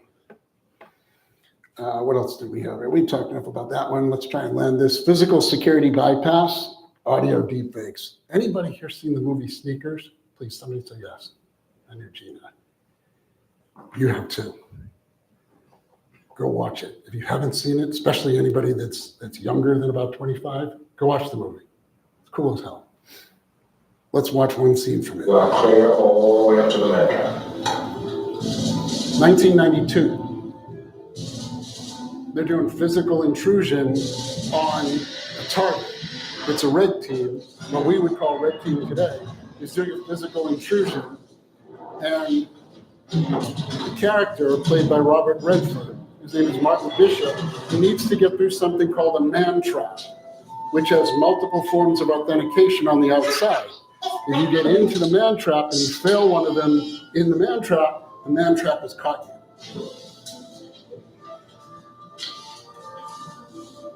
Hi, my name is Werner Braggs. My voice is my passport verified.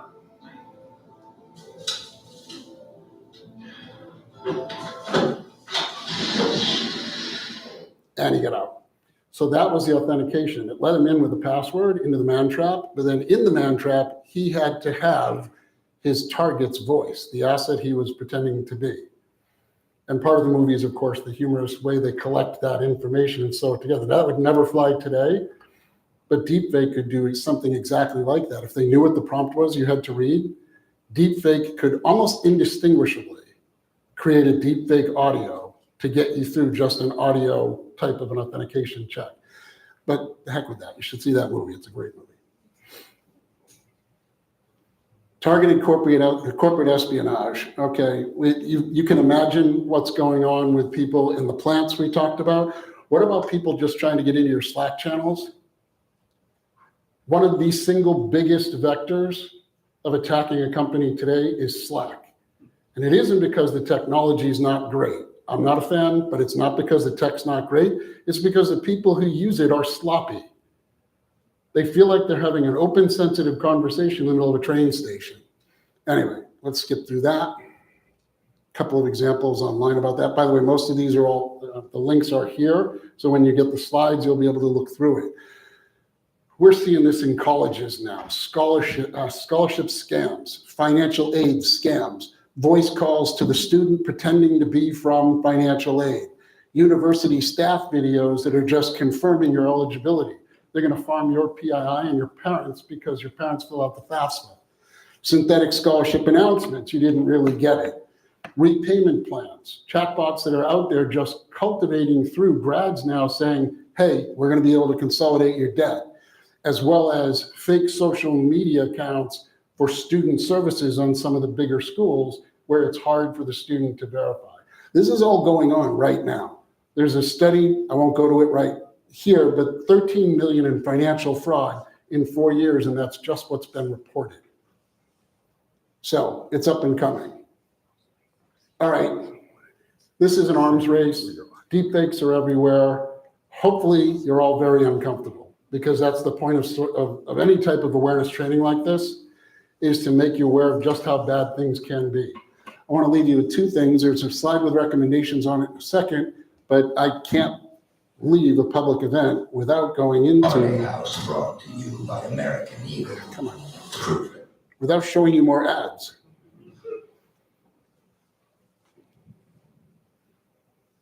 Again, single greatest movie of all time.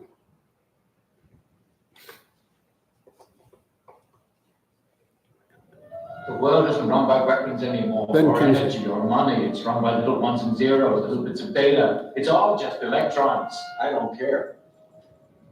I don't expect other people to understand this, but I do expect you to understand this.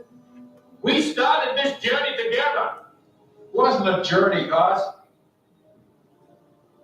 It was a prank. That's where we were 10 years ago. Deepfakes were a prank. And it's not about who's got the most bullets. It's about who controls the information. What we see and hear, how we work, what we think. It's all about the information. Could not possibly leave you with a better quote than that. It's been difficult to defend information systems for the last 30, I'll admit, now beyond 40 years. It's never been harder than it is right now. So the last slide, which I won't read to you, is the one on recommendations. It's primarily about awareness, making people aware, looking for non-technical means to authenticate somebody like Gene. Is that really you? I'm going to code in Everest, and Gene knows the response. If he's under duress, it could be Ruby. Otherwise, it could be Jade. That's, I mean, by the way, I have that with my own family, still with my kids. They used to think it was a joke. But if they get a phone call from dad that they're not expecting, that is the first thing that they do. This is a very serious level of threat that is completely indiscriminate about who it's targeting. So get prepared for it. Awareness training like this, not just for you, but your families. By the way, this is a great video to watch over Thanksgiving dinner. I mean, if you want everybody to leave early. There are some tech that I briefly touched on, but we're not selling technology here. Tech is definitely evolving. So take advantage of it. That's my tech to say, get the hell off the stage. Anyway, we have time for questions? Yes, please, if there's any questions. On the geographical map that you've shown, there were, I think, 3 countries that looked like they weren't affected, maybe China, Russia, and some others. Why is that? That's just the research and the data that they had access to. But I can tell you firsthand, I can guess, what's going on in Russia, but China's absolutely dealing with this. The Chinese industry is dealing with it inside of China.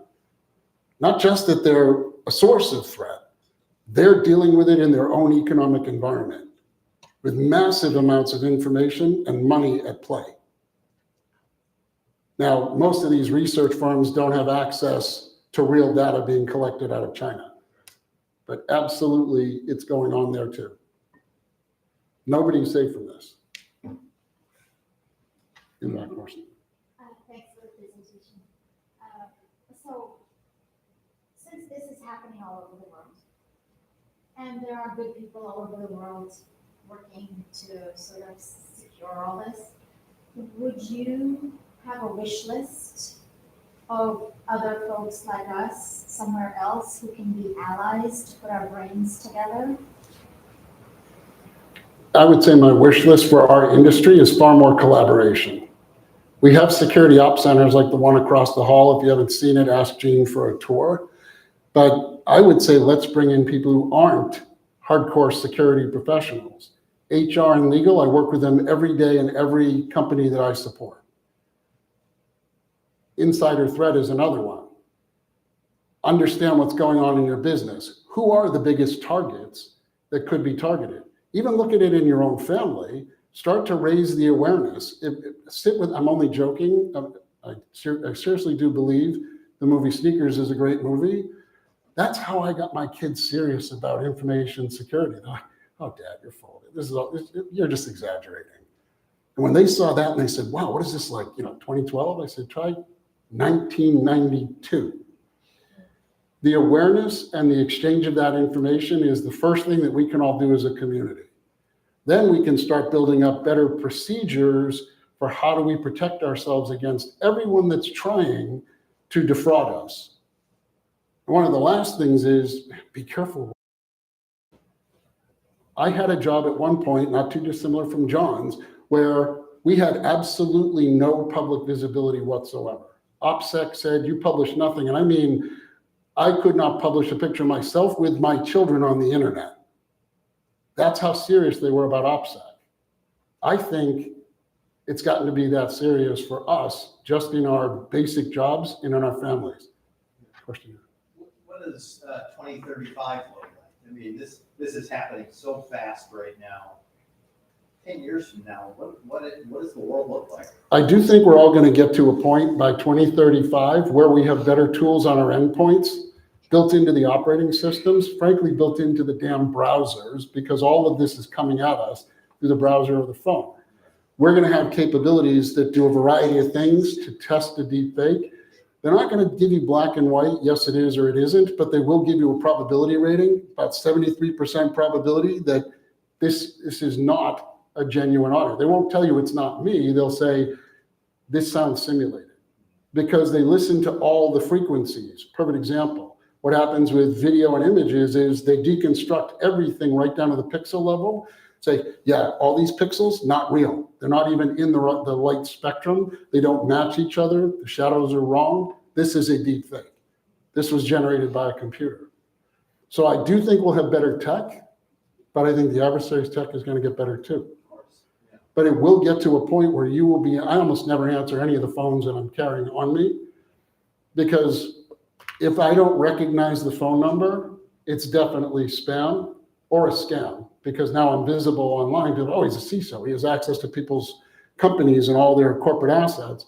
Let's see if we can find a way to basically compromise him. I think it's going to get to be more like spy versus spy, which I had on that slide in the background. You might recognize spy versus spy in the background. Honestly, I think it's going to be a continuing battle. And so some of those call centers that I talked about and the volumes of people, the local authorities won't shut them down because they're generating income to those regions.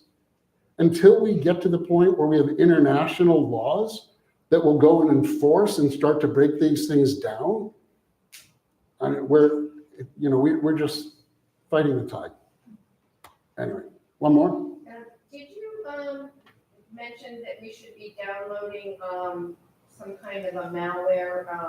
Definitely download as much malware as you Do you can. have a suggestion? I mean, our telephone company. It was malware protected. Yeah. Yeah, put on antivirus. No, I knew what you were saying. I was just being facetious. Absolutely. Even if you've already got it on Verizon or something like that, they make you pay for it and turn it on later. Put something on your phone. Like McAfee or Whatever you're comfortable using. I have 4 phones on me right now. There are 3 different EDR pieces of software on every phone, and none of the 4 phones have the same footprint. Try and be a moving target. You don't have to be as fanatical as I am, but at least put something on the phone. McAfee, Symantec. Besides whatever comes native on the platform, because How do you know that that's the right thing? Yeah. there is nothing that's going to be completely 100% stop everything on your phone. But keep in mind, whatever I won't list names of carriers, but you just got the handset. The bad guys got 22,000 of those handsets as soon as they came out. They started running them in basically a sim farm. They tested every one of them. They tested the endpoint security until they could get past it. All right, let's give Mr. Foote a round of applause. Thank you, guys. I think he'll be here for a little bit if anybody has some questions off to the side. We're gonna switch speakers. While he's getting set up and mic'd up here, I'll just share a couple of anecdotes. One, I've written some more stuff on the board here. Feel free to digest that. But while we're sitting here listening to that, there is a large data broker in Georgia. In my history, I've had the privilege of being a guy who works for a large corporation, who was the guy that had to go to these facilities and check to make sure that they were doing what they promised they would do. I was their auditor for our company. So when I walked in, they treated me like royalty, right? It's great. Wine and dining, try to get you all happy so that you walk away with very little negativity about them. I walked into this data broker, and it was led by a retired Marine who was very proud of his multi-million-dollar security system that he had.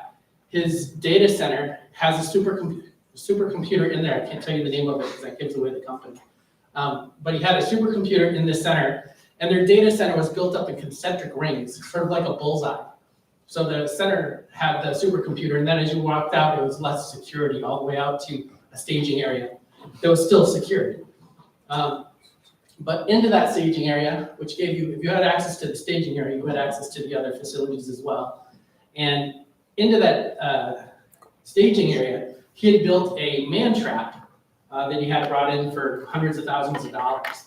So it's a man trap like you saw in the video here. You enter a facility, and then before you're allowed out of the facility, you have to meet certain requirements, biometrics, voice, video, what have you. They have to make sure it's you before you walk in. This one did humidity, so you couldn't walk into the data center like with a cup of coffee. It would walk you back out, right? It was a revolving door that if you didn't meet the criteria, it let you in, but if you didn't meet the criteria, it backed you out, right? So it was very high-end facility, high-end equipment that was great if you used it. But while he's talking about it to us, his back is to the door, just to the right by about 5 feet, was a set of double freight doors to allow the cargo to come in and out of the data center. Guess what all the staff was doing while he was talking about his man trap? Piggybacking through that double doors, right? So his hundreds of thousands of dollars he spent on a man trap is kind of useless.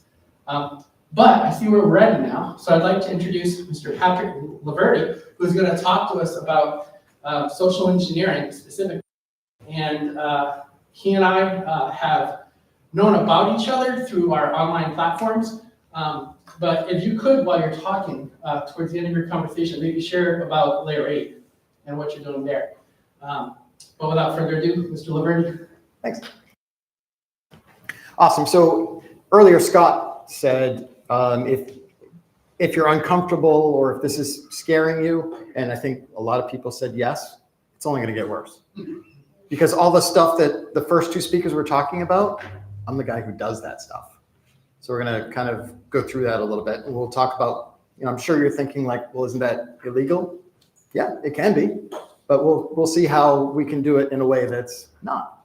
All right. So quick first self-promotion. Today we're talking a little bit about social engineering.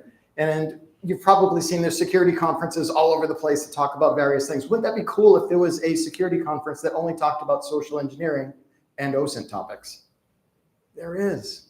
It's the Layer 8 conference. It's something that I created in 2018. We had our 5th one this past year. If you want to check that out, June 5th, 6th in Boston, it should be a whole lot of fun. I also have the podcast where we talk about social engineering and OSINT topics as well. So just like Gene wanted me to talk about the Layer 8 conference, there it is. It's a great lead in for that. All right, so the first thing before we start getting into this, we've got to talk about definitions. So that way we can all speak the same language and make sure that we're understanding things the same way. Can't get too far away. First, let's talk about a definition of social engineering. How would you define what social engineering is?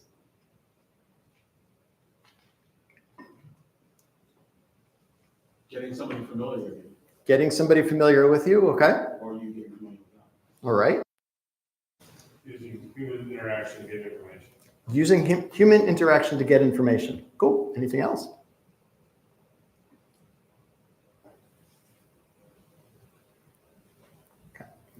Here's the definition that I like to use. It's any action that causes someone to take an action that may or may not be in their best interest. Who's the best social engineers that exist? Russia. Politicians? Russia, politicians. I'm going to say there's someone even better. Mothers. Mothers. Scott, your wife? There's probably some even better. Some of you have had kids. How good are kids at social engineering? And how good are you at social engineering your parents? Knowing how to get what you want out of your parent. How many times you'd be like, I want that ice cream. The parent's like, no. And you're like, please. And like, okay, sure. Now you know how to work the parents. So the kids know how to do this. Earlier, Scott was talking about how everybody here has experienced social engineering. I would say everybody here has done social engineering. You all know how it works. You all know how this, to get what you want through people. What word is missing from my definition that commonly comes up with social engineering? Trust. Trust is a word that's missing. There's another one that sometimes when people define what social engineering is, it starts with an M, manipulation. A lot of people think social engineering is manipulation. I would say it's the other way around. All manipulation is social engineering. Not all social engineering is manipulation. What's the difference? Well, I like to do ethical social engineering in my job, which means everybody comes out of it feeling pretty good about it. With manipulation, it's I win, you lose. If you think about manipulative situations, that's kind of what it is. Somebody really pushing to get what they want, regardless of how anybody else feels what their outcome is. So manipulation can be social engineering, but it doesn't have to be. And that's kind of an area that I really like to focus on with this.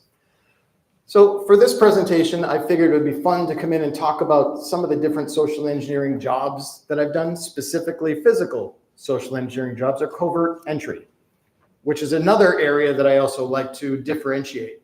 Because lots of times when we get hired to do these types of things, we get hired to do a quote unquote social engineering job to get into some facility. And people will think, well, cool, I don't really want to interact with people, so I'm going to go sneak in through the back door at night. Is that a social engineering job if you're sneaking in or picking a lock in the middle of the night? No, that's covert entry. That's sneaking your way in. So really, when we start looking at some of these things, whether it's going to be social engineering or covert entry, that's going to be important. If it is a social engineering job, you need to be social, which means you need to interact with people. And really, when we're doing these jobs, what we're looking to do is to test their policies, their procedures, and the understanding of training. Do they have the policies, procedures, and do their people understand the training? I have one coming up in a few weeks where somebody said, the person that hired me said that their concern is following people in through the door, letting people just kind of walk right in with them. So that's what I'm going to do. I'm going to see if I can just surf right in with them. Am I going to get caught? Probably. I don't want to. That's never fun. Because one of the things that I like to do is I like to get in, not being caught. But that's what they want. That's what they want, the social part. There's also this quote that I like to use with the social engineer: leave them feeling better for having met you. So when the whole day is done and people don't feel embarrassed, people feel better for having gone through this. They understand that we're all on the same team. We're all there to work together, and they're all happy. So I've had multiple times when I get in and I get past things and people just feel terrible about it. But that person is going to be the best champion for that company. They went through it. They understand it. Now they can explain to others exactly what this social engineering looks like. And I already saw this one time when this one person gave us a whole bunch of information, but eventually turned us into the security team. And she was pretty embarrassed by it. And we're going through and explaining everything. But as we're standing there, other employees are coming by asking what's going on. And she started explaining.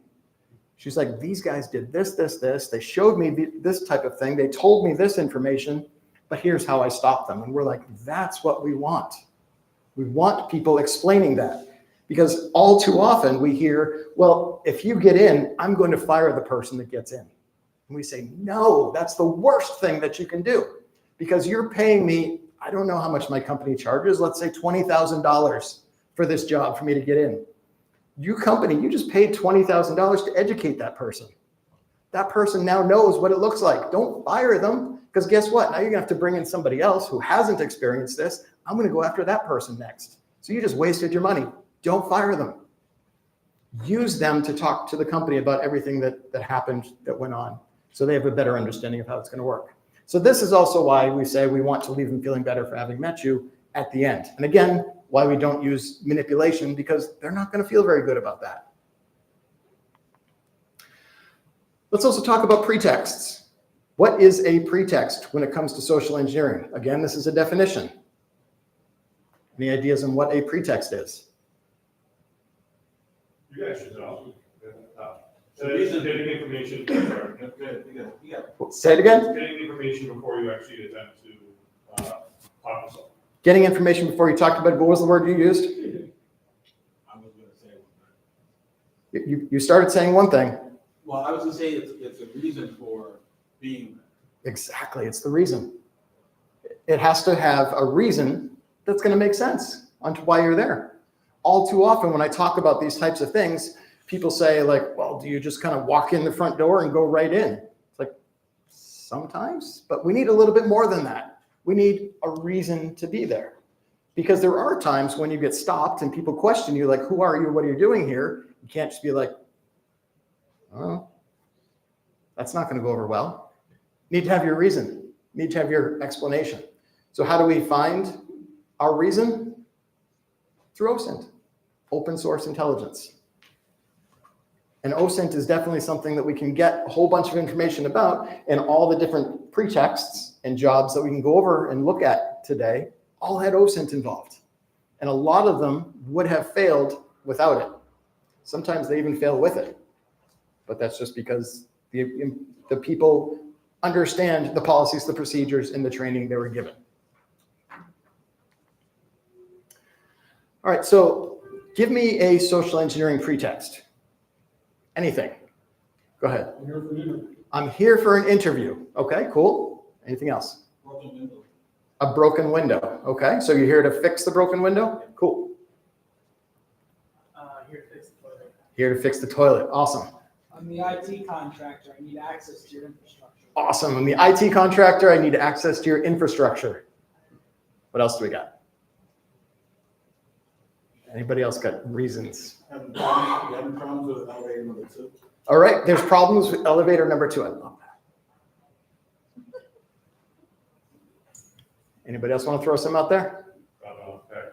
Dropping off a package. A friend of mine had a message on her cell phone the other day, and I know she's dealing with fraud, and it said, this is the Google department calling, give us a call back. It was the which department? Google. It was the Google department. Give us a call back. Sure, that's a pretext. Anything else? I'm with the FDA. I'm with the, okay, with the FDA.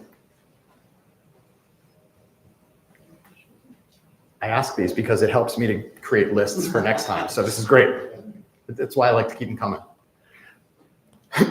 All right, so there's also bad pretexts that we really can't use. So here's some of them that we can't use. Is they can't be illegal. Well, that sort of thing should be pretty much obvious. But one of the things that a lot of people don't understand is really what also makes an illegal pretext. One of the things that makes it illegal is to impersonate any government employee.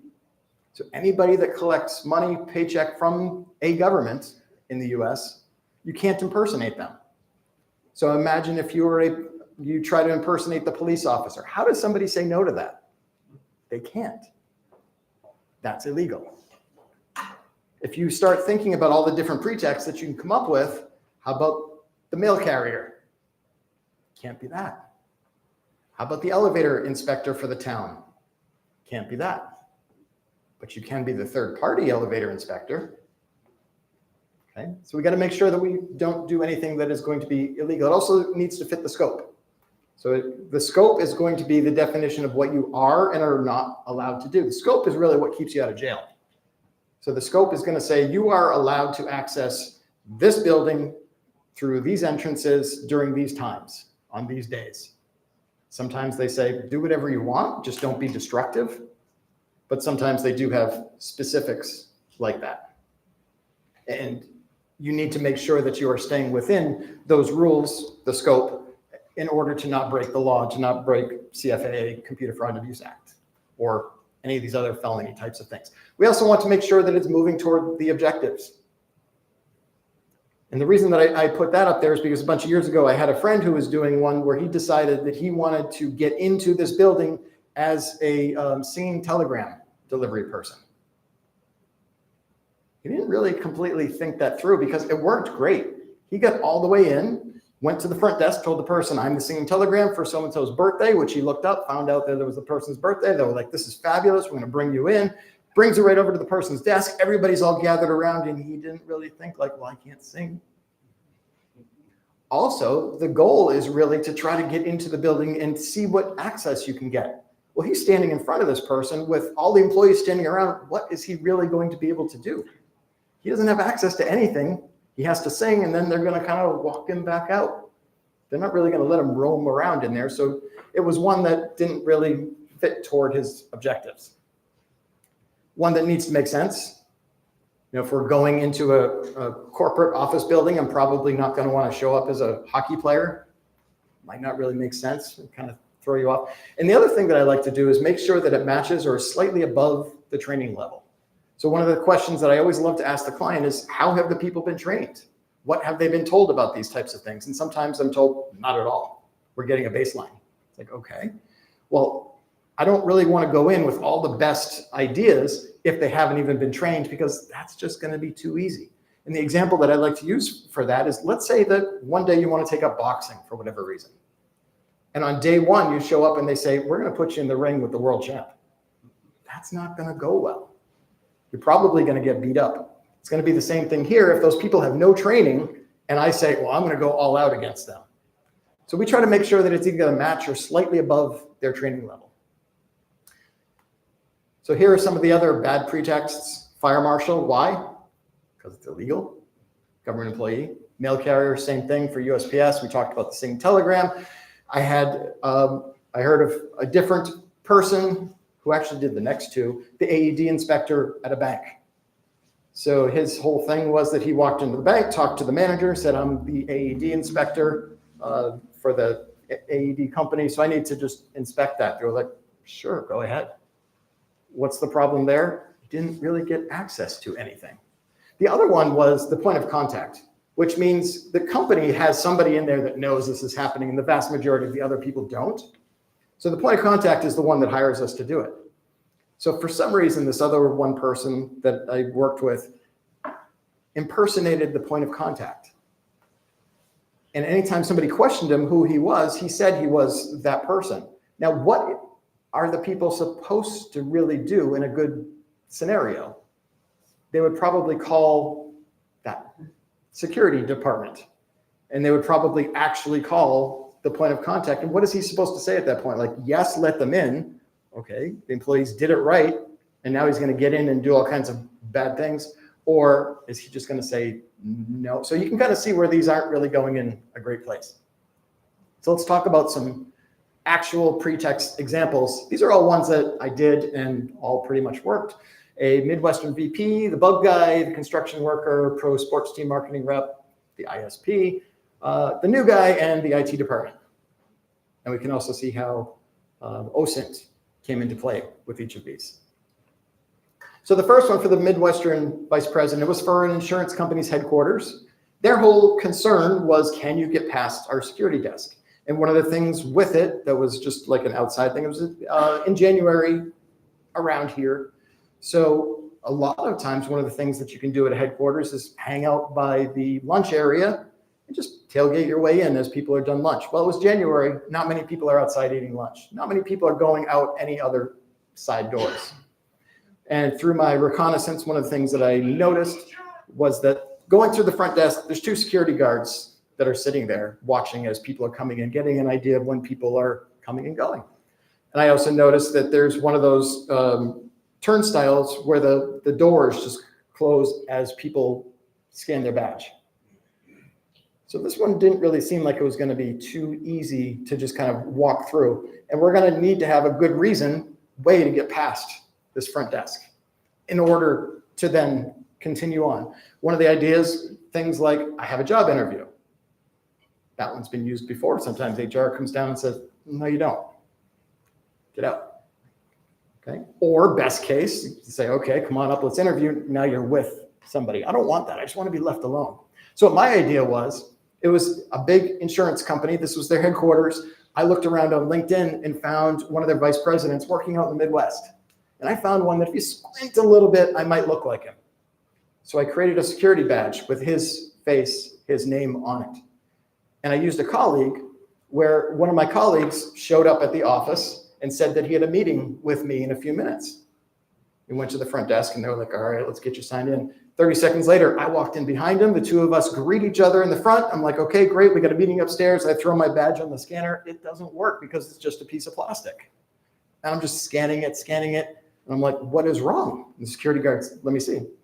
So I give him my badge and he goes to look it up. And he's like, yeah, it doesn't work on this building. I'm like, obviously, it works in my building in the Midwest. He says, here's your contractor's badge. Okay. For some reason, that was enough information for the security guys to trust that I had a badge that looked like theirs. I had a name that they were able to find in there. And I guess the badge was believable. On top of the fact that we're using a colleague to say that we had a meeting that we needed to go right upstairs for. The bug guy. So their concern was this was bank vault, bank branches. One of the things that I did in advance, it's a whole lot of fun, is doing dumpster diving, going through the trash. So there's the actual pictures from going through the trash. And one of the things that we found was an invoice for who their bug company was, their exterminator. It's like, cool, let's try that. Ordered a white jumpsuit off Amazon, ordered one of these sprayer things off Amazon, filled it up with water, show up at the bank branch, start spraying water all around the building. You know, the employees are kind of looking out to see what's going on as well. Walk in, the manager comes out, can I help you? We're like, yeah, we're from the exterminator company. We just sprayed outside, but we want to also make sure there's no evidence. You don't want ants, you don't want cockroaches. Can we look around inside? They were like, sure, go ahead. Doing the whole exterior, the public areas, going under desks and all that. And we're like, you go in the back too. And they were like, come on in. And that was awesome, being able to see what a bank vault looked like and being able to see what the back of the ATM and what the server rooms look like. All just because we had the name of the exterminator company and we played the role pretty well. It worked for a couple branches. And then eventually they figured it out, and one of the branches, the chief operating officer, came out. He didn't know this was going on, so he yelled at us a little bit, and we moved on. Feel free to ask questions along the way. Anybody has those too? All right, so construction guy. So their concern was just getting access beyond their badge-in area. Doing our reconnaissance showed that part of the floor was under construction to this building. So one of the things that we did, we roamed around in the construction area. For some reason, when we roamed around in the construction area, nobody was there. We're like, well, this is kind of neat. Open up the closet, found a ladder. Like, we're bringing that with us. Because we already had the hard hats and the yellow vests roaming around. But as soon as we had the ladder, we're like, let's go try this out now. We walked right up to where the badge door is with the ladder. An employee happened to be coming in and she said, do you need to get in there? Yes, we do. Open the badge for us, in we went. This was the place that I was describing that earlier, where the woman caught us after giving us a bunch of information. Badge cloning was the bunch of information that she gave us. Because when we were in there, as the construction people just roaming around, I was going through drawers and all that stuff. It was, I think, a financial type of company. Eventually, you're just like, this is too easy. We need to do more and show a little bit more risk for these people, give them a little bit more value. So I said, let's go sit down in their break room. So that both myself and my partner, we sat down in their break room, drinking their coffee. Employees are coming and going. We're making small talk with them. And finally, we talked with this one woman. We're talking about vacations and places that we go. And then I just had the idea to ask her, Well, I think first she asked us, like, what are you guys doing here, seeing these two construction guys sitting in the break room? And we explained, well, the landlord of the building wants us to make sure that everything's up to code. And by the way, the landlord also wants to make sure that everybody's badges are up to code. Do you have the new badge or are you still using the old one? And she's like, I don't know. Well, there wasn't a new one or old one. So we pull out the badge cloner and say, let's see. So she let us clone her badge. To which a few minutes later, she kind of realized, like, I probably shouldn't have done that. And she turned us into security. So that was kind of fun. Because I remember she came out and she asked me, she's like, who are you again? How'd you get in here? And I was like, I just walked in. She's like, no, out. So that's how that one went. This is for another bank. It's kind of interesting that a lot of them are for banks. Their concern was, can we get into their server room? That was successful. But through the reconnaissance, through the OSINT, one of the things that I found was they were doing advertising with a celebrity. I thought, okay, let's use this. And the celebrity was a sports team, from a sports team. So I got the team jacket, put that on. I got my badge from the team, and we showed up to the bank branches. And we say, we are from the team. And one of the things that we're doing is we're going to be making a new commercial with that athlete.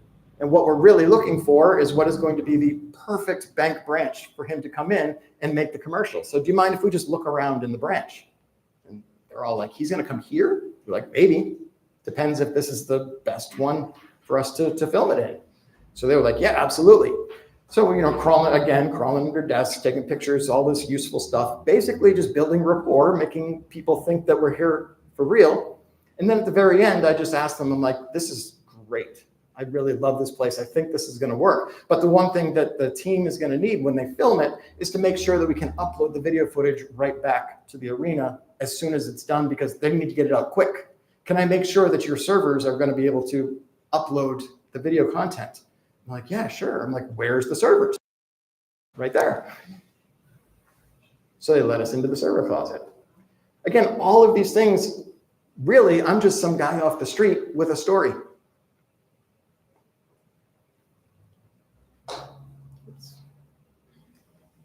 I think earlier somebody mentioned an ISP. This was for a water treatment facility. So they wanted to see if that we could get access to the clean water tanks. And at first, the point of contact asked, can you pour white powder into our clean water tanks? I had that same reaction. No, I am not going to pour, I'm not even going to bring white powder into the facility, because it was a government facility. For all I know, they have armed guards. I'm not going to mess with that. So we eventually agreed on whether, let's just say, if I can get access to the clean water. I said, yep, that one's going to be good enough. So through social media, through doing our searching, we were able to find out who their internet service provider was. Again, we always go with multiple people.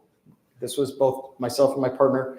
And since the water treatment facility, it's like this huge area that's all fenced in, multiple football fields size building in outdoor area. So the two of us get out of the vehicle and we see some people working on some of the machines and those things. He goes right up to them and just starts talking to them. Meanwhile, I have my laptop out with a little antenna out. I'm just walking around like this. And he goes up to them and explains, we're from the ISP.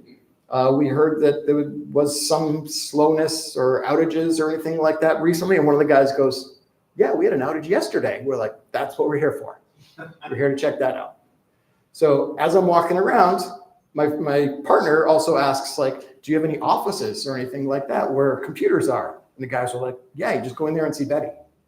We're like, perfect. We go in there. We're like, hey, Betty, we were just talking to Paul outside. He said you guys had an internet outage yesterday. And she's like, yes, we did.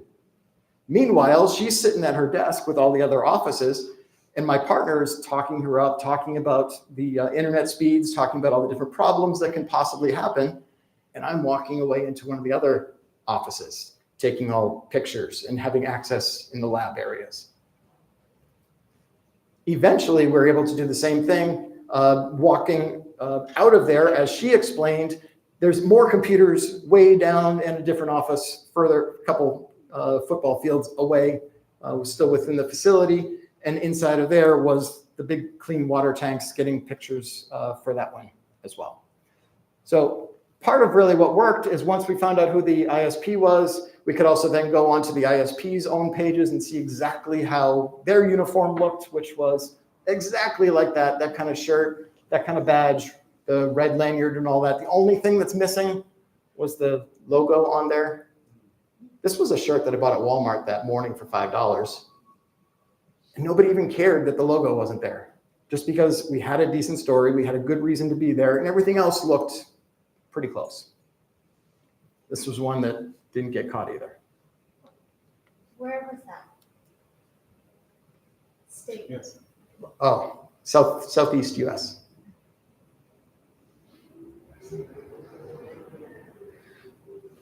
This one I don't have a picture with it because as soon as I submitted all the pictures to the client, they said delete all those.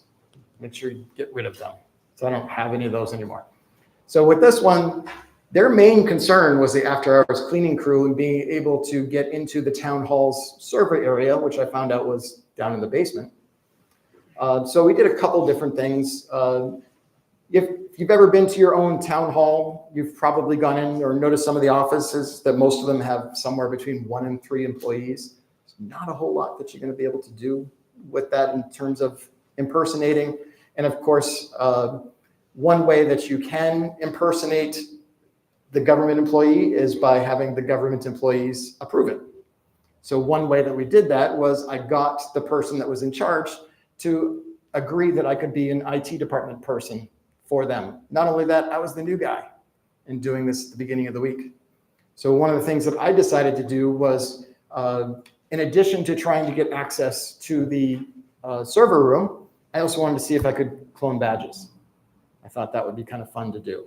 And during my reconnaissance, walking around the town hall, I saw what the RFID reader looked like attached to the wall.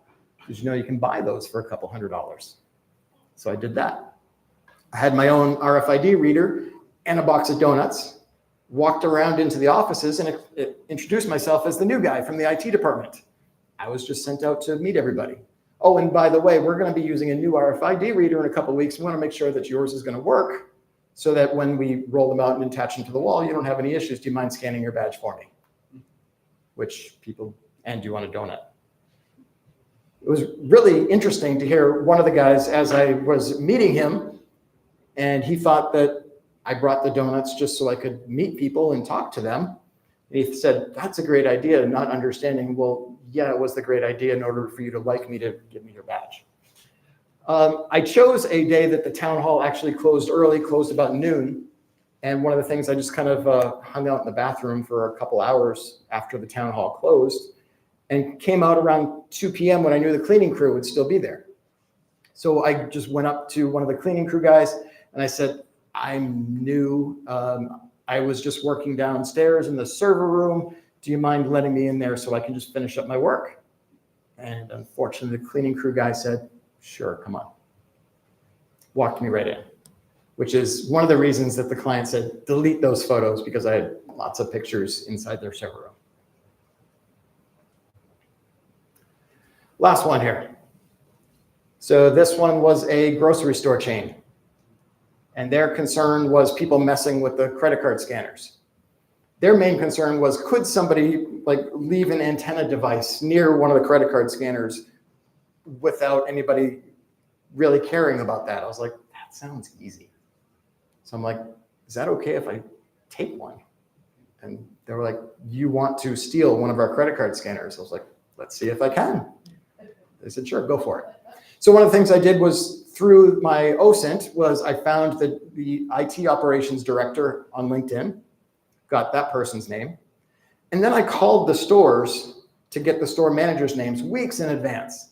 And I just called as a local customer and said, this is my first time in your store. It's fabulous.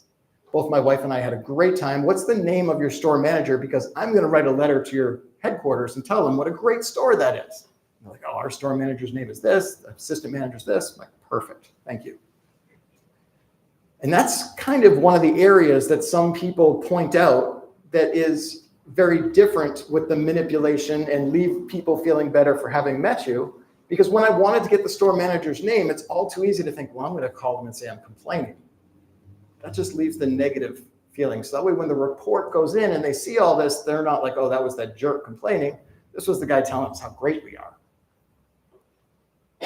So finally, we get to the day that this is going to be happening, and I call the store as the IT operations guy and say, is the credit card scanner in aisle 6 having any kind of issues or slowness? We don't see it calling back to us.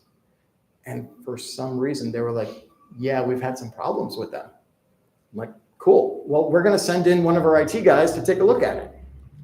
But a half an hour later, I walk into the store, say that the IT operations guy sent me in, ask for the manager, who I earlier spoke to as the operations guy, and he says, there's the credit card scanner. I'm like, cool. Well, I'm just going to do some diagnostics on it, see what I can do for it, and see if I can get this thing going again. To which then I just decide, well, I'm just going to take this thing apart. After I get it all out, and I have no idea what any parts or anything like that, I actually had the manual up on my laptop as I'm doing this to make sure I don't break anything. And tell them, like, I'm just going to swap this out because it's not working. I have another one out in the truck in the parking lot. And they're like, cool. I'm like, this is too. So I took it out to my car and just took the photos in order for that proof. So yeah, it was. Did you just pick aisle 6? Yeah, randomly. And it just happened that. Just happened. The funny thing about users, everything's a little slow. So if you say, it's acting a little funky, it's a little slow. Oh yeah, it's slow. Yeah. Anything tech always scares them. If you say to the IT department, they're just like, yep, go ahead. Yep. So no one asks you like for a business card or an ID? I don't want to work with you. I know. They didn't. No. I know. Well, Yep. So nobody called the actual guy and said, hey, did you send? No one did that. That's exactly what they should have done. Yeah, why would they though? But they're not trained. That's, But they should be trained to do that. yeah. And remember, I called first as the IT guy and spoke to the store manager. They knew you were coming. They knew I was coming. What kind of? Well, kinda. That's They right. didn't get a memo They didn't. from the real guy. Right. They talked to somebody. Yep. So some of these things are really easy to forget, is that it's not about winning all the time, and that sometimes it's okay to get caught, that we're all on the same team. And really my goal is to show the risk and to fix the security. Remember at the beginning, I said we heard about all the stuff these bad people do. I'm the one who does this. Well, here's the reasons that I do it, is to enhance the security. We do the testing in advance, so that way when the actual criminals try to do it, they are going to get stopped. They have been trained. The memos have gone out properly. One of the most common questions that I get after I give a presentation like this, how do I get to do that? How did you start doing that? And I remember Professor Ellis talked about the soft skills. If you want to get into this, the soft skills are probably as important or more important than the technical aspects. When we are hiring people to do these types of jobs, we tell them that if you are the greatest hacker in the world and you know every exploit you can get in, but you can't explain them, you are useless. What we need is somebody that can do all the work, that can write a report that's legible, and somebody who can sit across from others at the company and explain it in a way that they're going to understand. And now, no, sometimes you're going to sit across from a CEO and have to explain how you did an exploit. Sometimes you're going to sit across from a developer. Those are two very different audiences. And you need to be able to explain both. If you are somebody that wants one of these jobs and you hand over a sample report that you wrote and it's well written, you're going to get the job over somebody else that's a better technical hacker. So these soft skills are super important. The way that you get these jobs is basically you start with a penetration testing company, because nobody does only social engineering. I think there's only one company in the world that only does social engineering. All the penetration companies have social engineering as a part of it, but you have to be able to do the other types of tests as well. How do you get to be a penetration tester? Well, the way that I often tell people is you need to learn how to build before you can break. The example that I like to use is, let's say you got to take down a big, huge skyscraper, and you have two choices. One is this huge guy with a sledgehammer, and the other choice is the architect with the blueprints. Who's going to be more efficient at taking down that building? The architect with the blueprints, because he built it. He knows where all the weaknesses are. It's the same thing with getting into pen testing. Learn how to build networks, learn how to build Active Directory domains, learn how to build web applications, learn how AI LLMs work. That's what's going to get you into the pen testing with the building.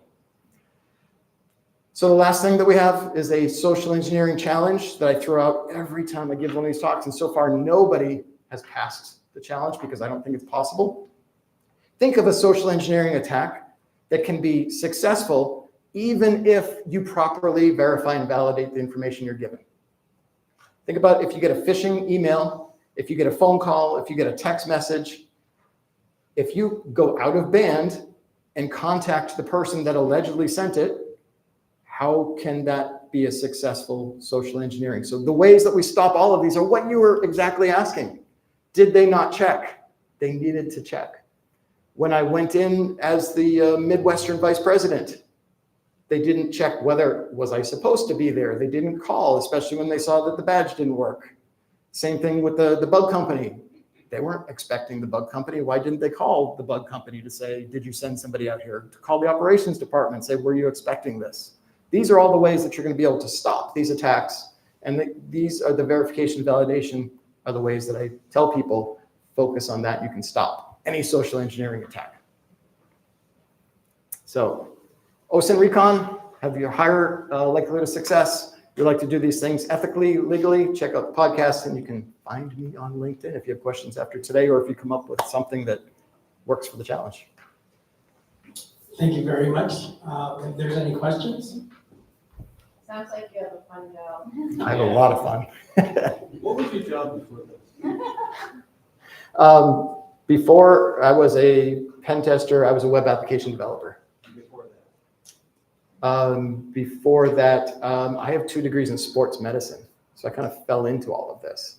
How do you fall into that? Realizing I don't like being a physical therapist, and realizing in 1998, I think the internet's going to be a big thing soon, so I'm going to go study that.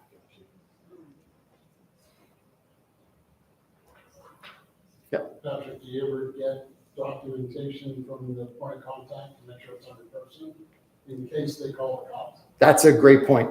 So he's asking, do we have documentation from the point of contact? Absolutely. That's one of the most important things, to have the permission letter. So that way, if we do get caught, we can just say, here, look. Get out of jail. Right. Get out of jail free card or permission letter. But the other thing that sometimes we'll do if we feel as though we're not quite at the point where they're ready to call the police, we give them a fake one, which sometimes works, sometimes doesn't. The one where we were the bug exterminator, I used a fake one where I had the name of the director of operations, and the bank manager came out and said, who sent you? And I said, here's the work order from the director of operations, which I totally forged. And she said, okay. She's like, usually he sends an email, so I don't know why he didn't. I'm like, yeah, I don't know why he didn't either. So she tried, but she didn't call him. Was that the work order for extermination or the work order for bad test? For the extermination. For the extermination. Yes, work order for the extermination from them. So yeah, and there are also times when the phone number that's on there, it's just going to go back to one of my colleagues. So if somebody comes in with that, don't call the number on there. And you'll also have the same thing if somebody calls you on the phone and says your bank account is having issues, and you're like, well, I'm going to go call my bank. And they're like, okay, well, here's the bank's number. Don't call that number. Go look up the actual real number for the bank and call that, because you're just going to be talking to them again. Yeah. So someone gave you a job to do what you do, and you said, oh, this is going to be easy. And because you said it was going to be easy, maybe you prepared, maybe you didn't.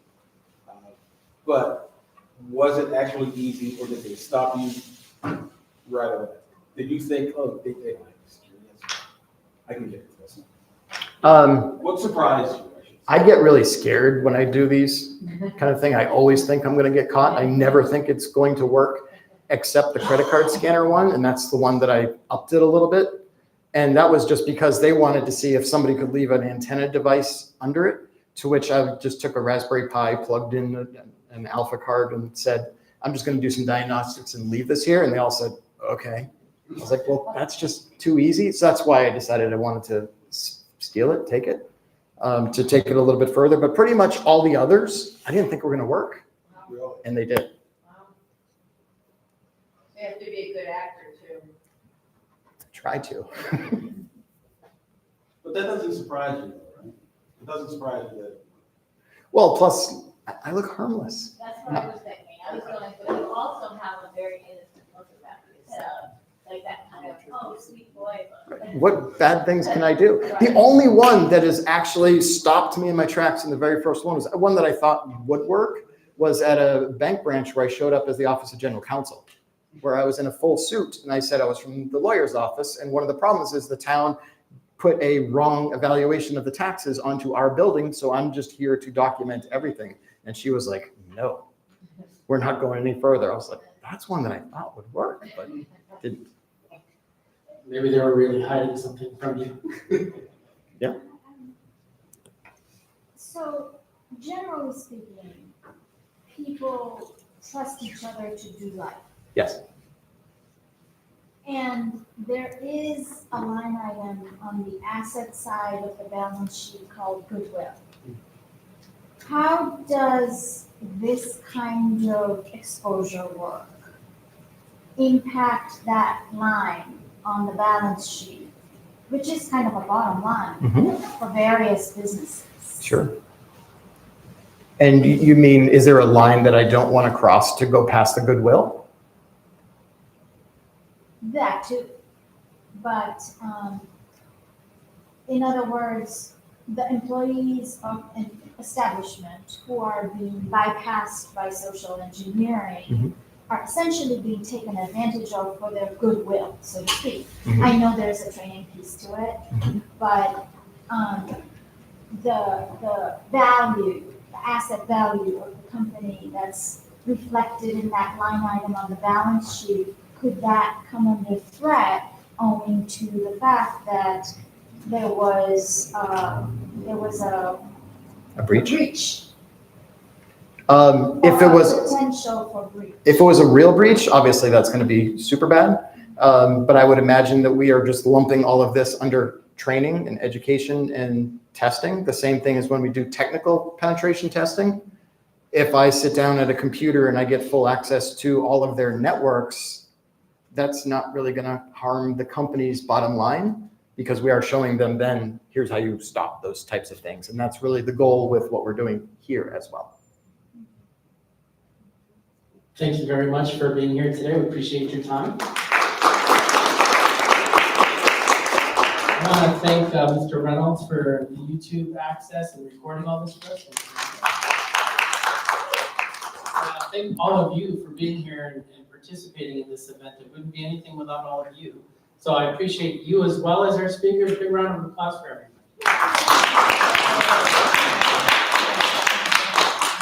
So our next event will be December 2nd. It's 5 to 7. It's a meetup. It's a very informal gathering of people who are interested in cybersecurity. There'll be a couple short lightning talks, just very quick conversation starters. Then we'll have some networking around the room.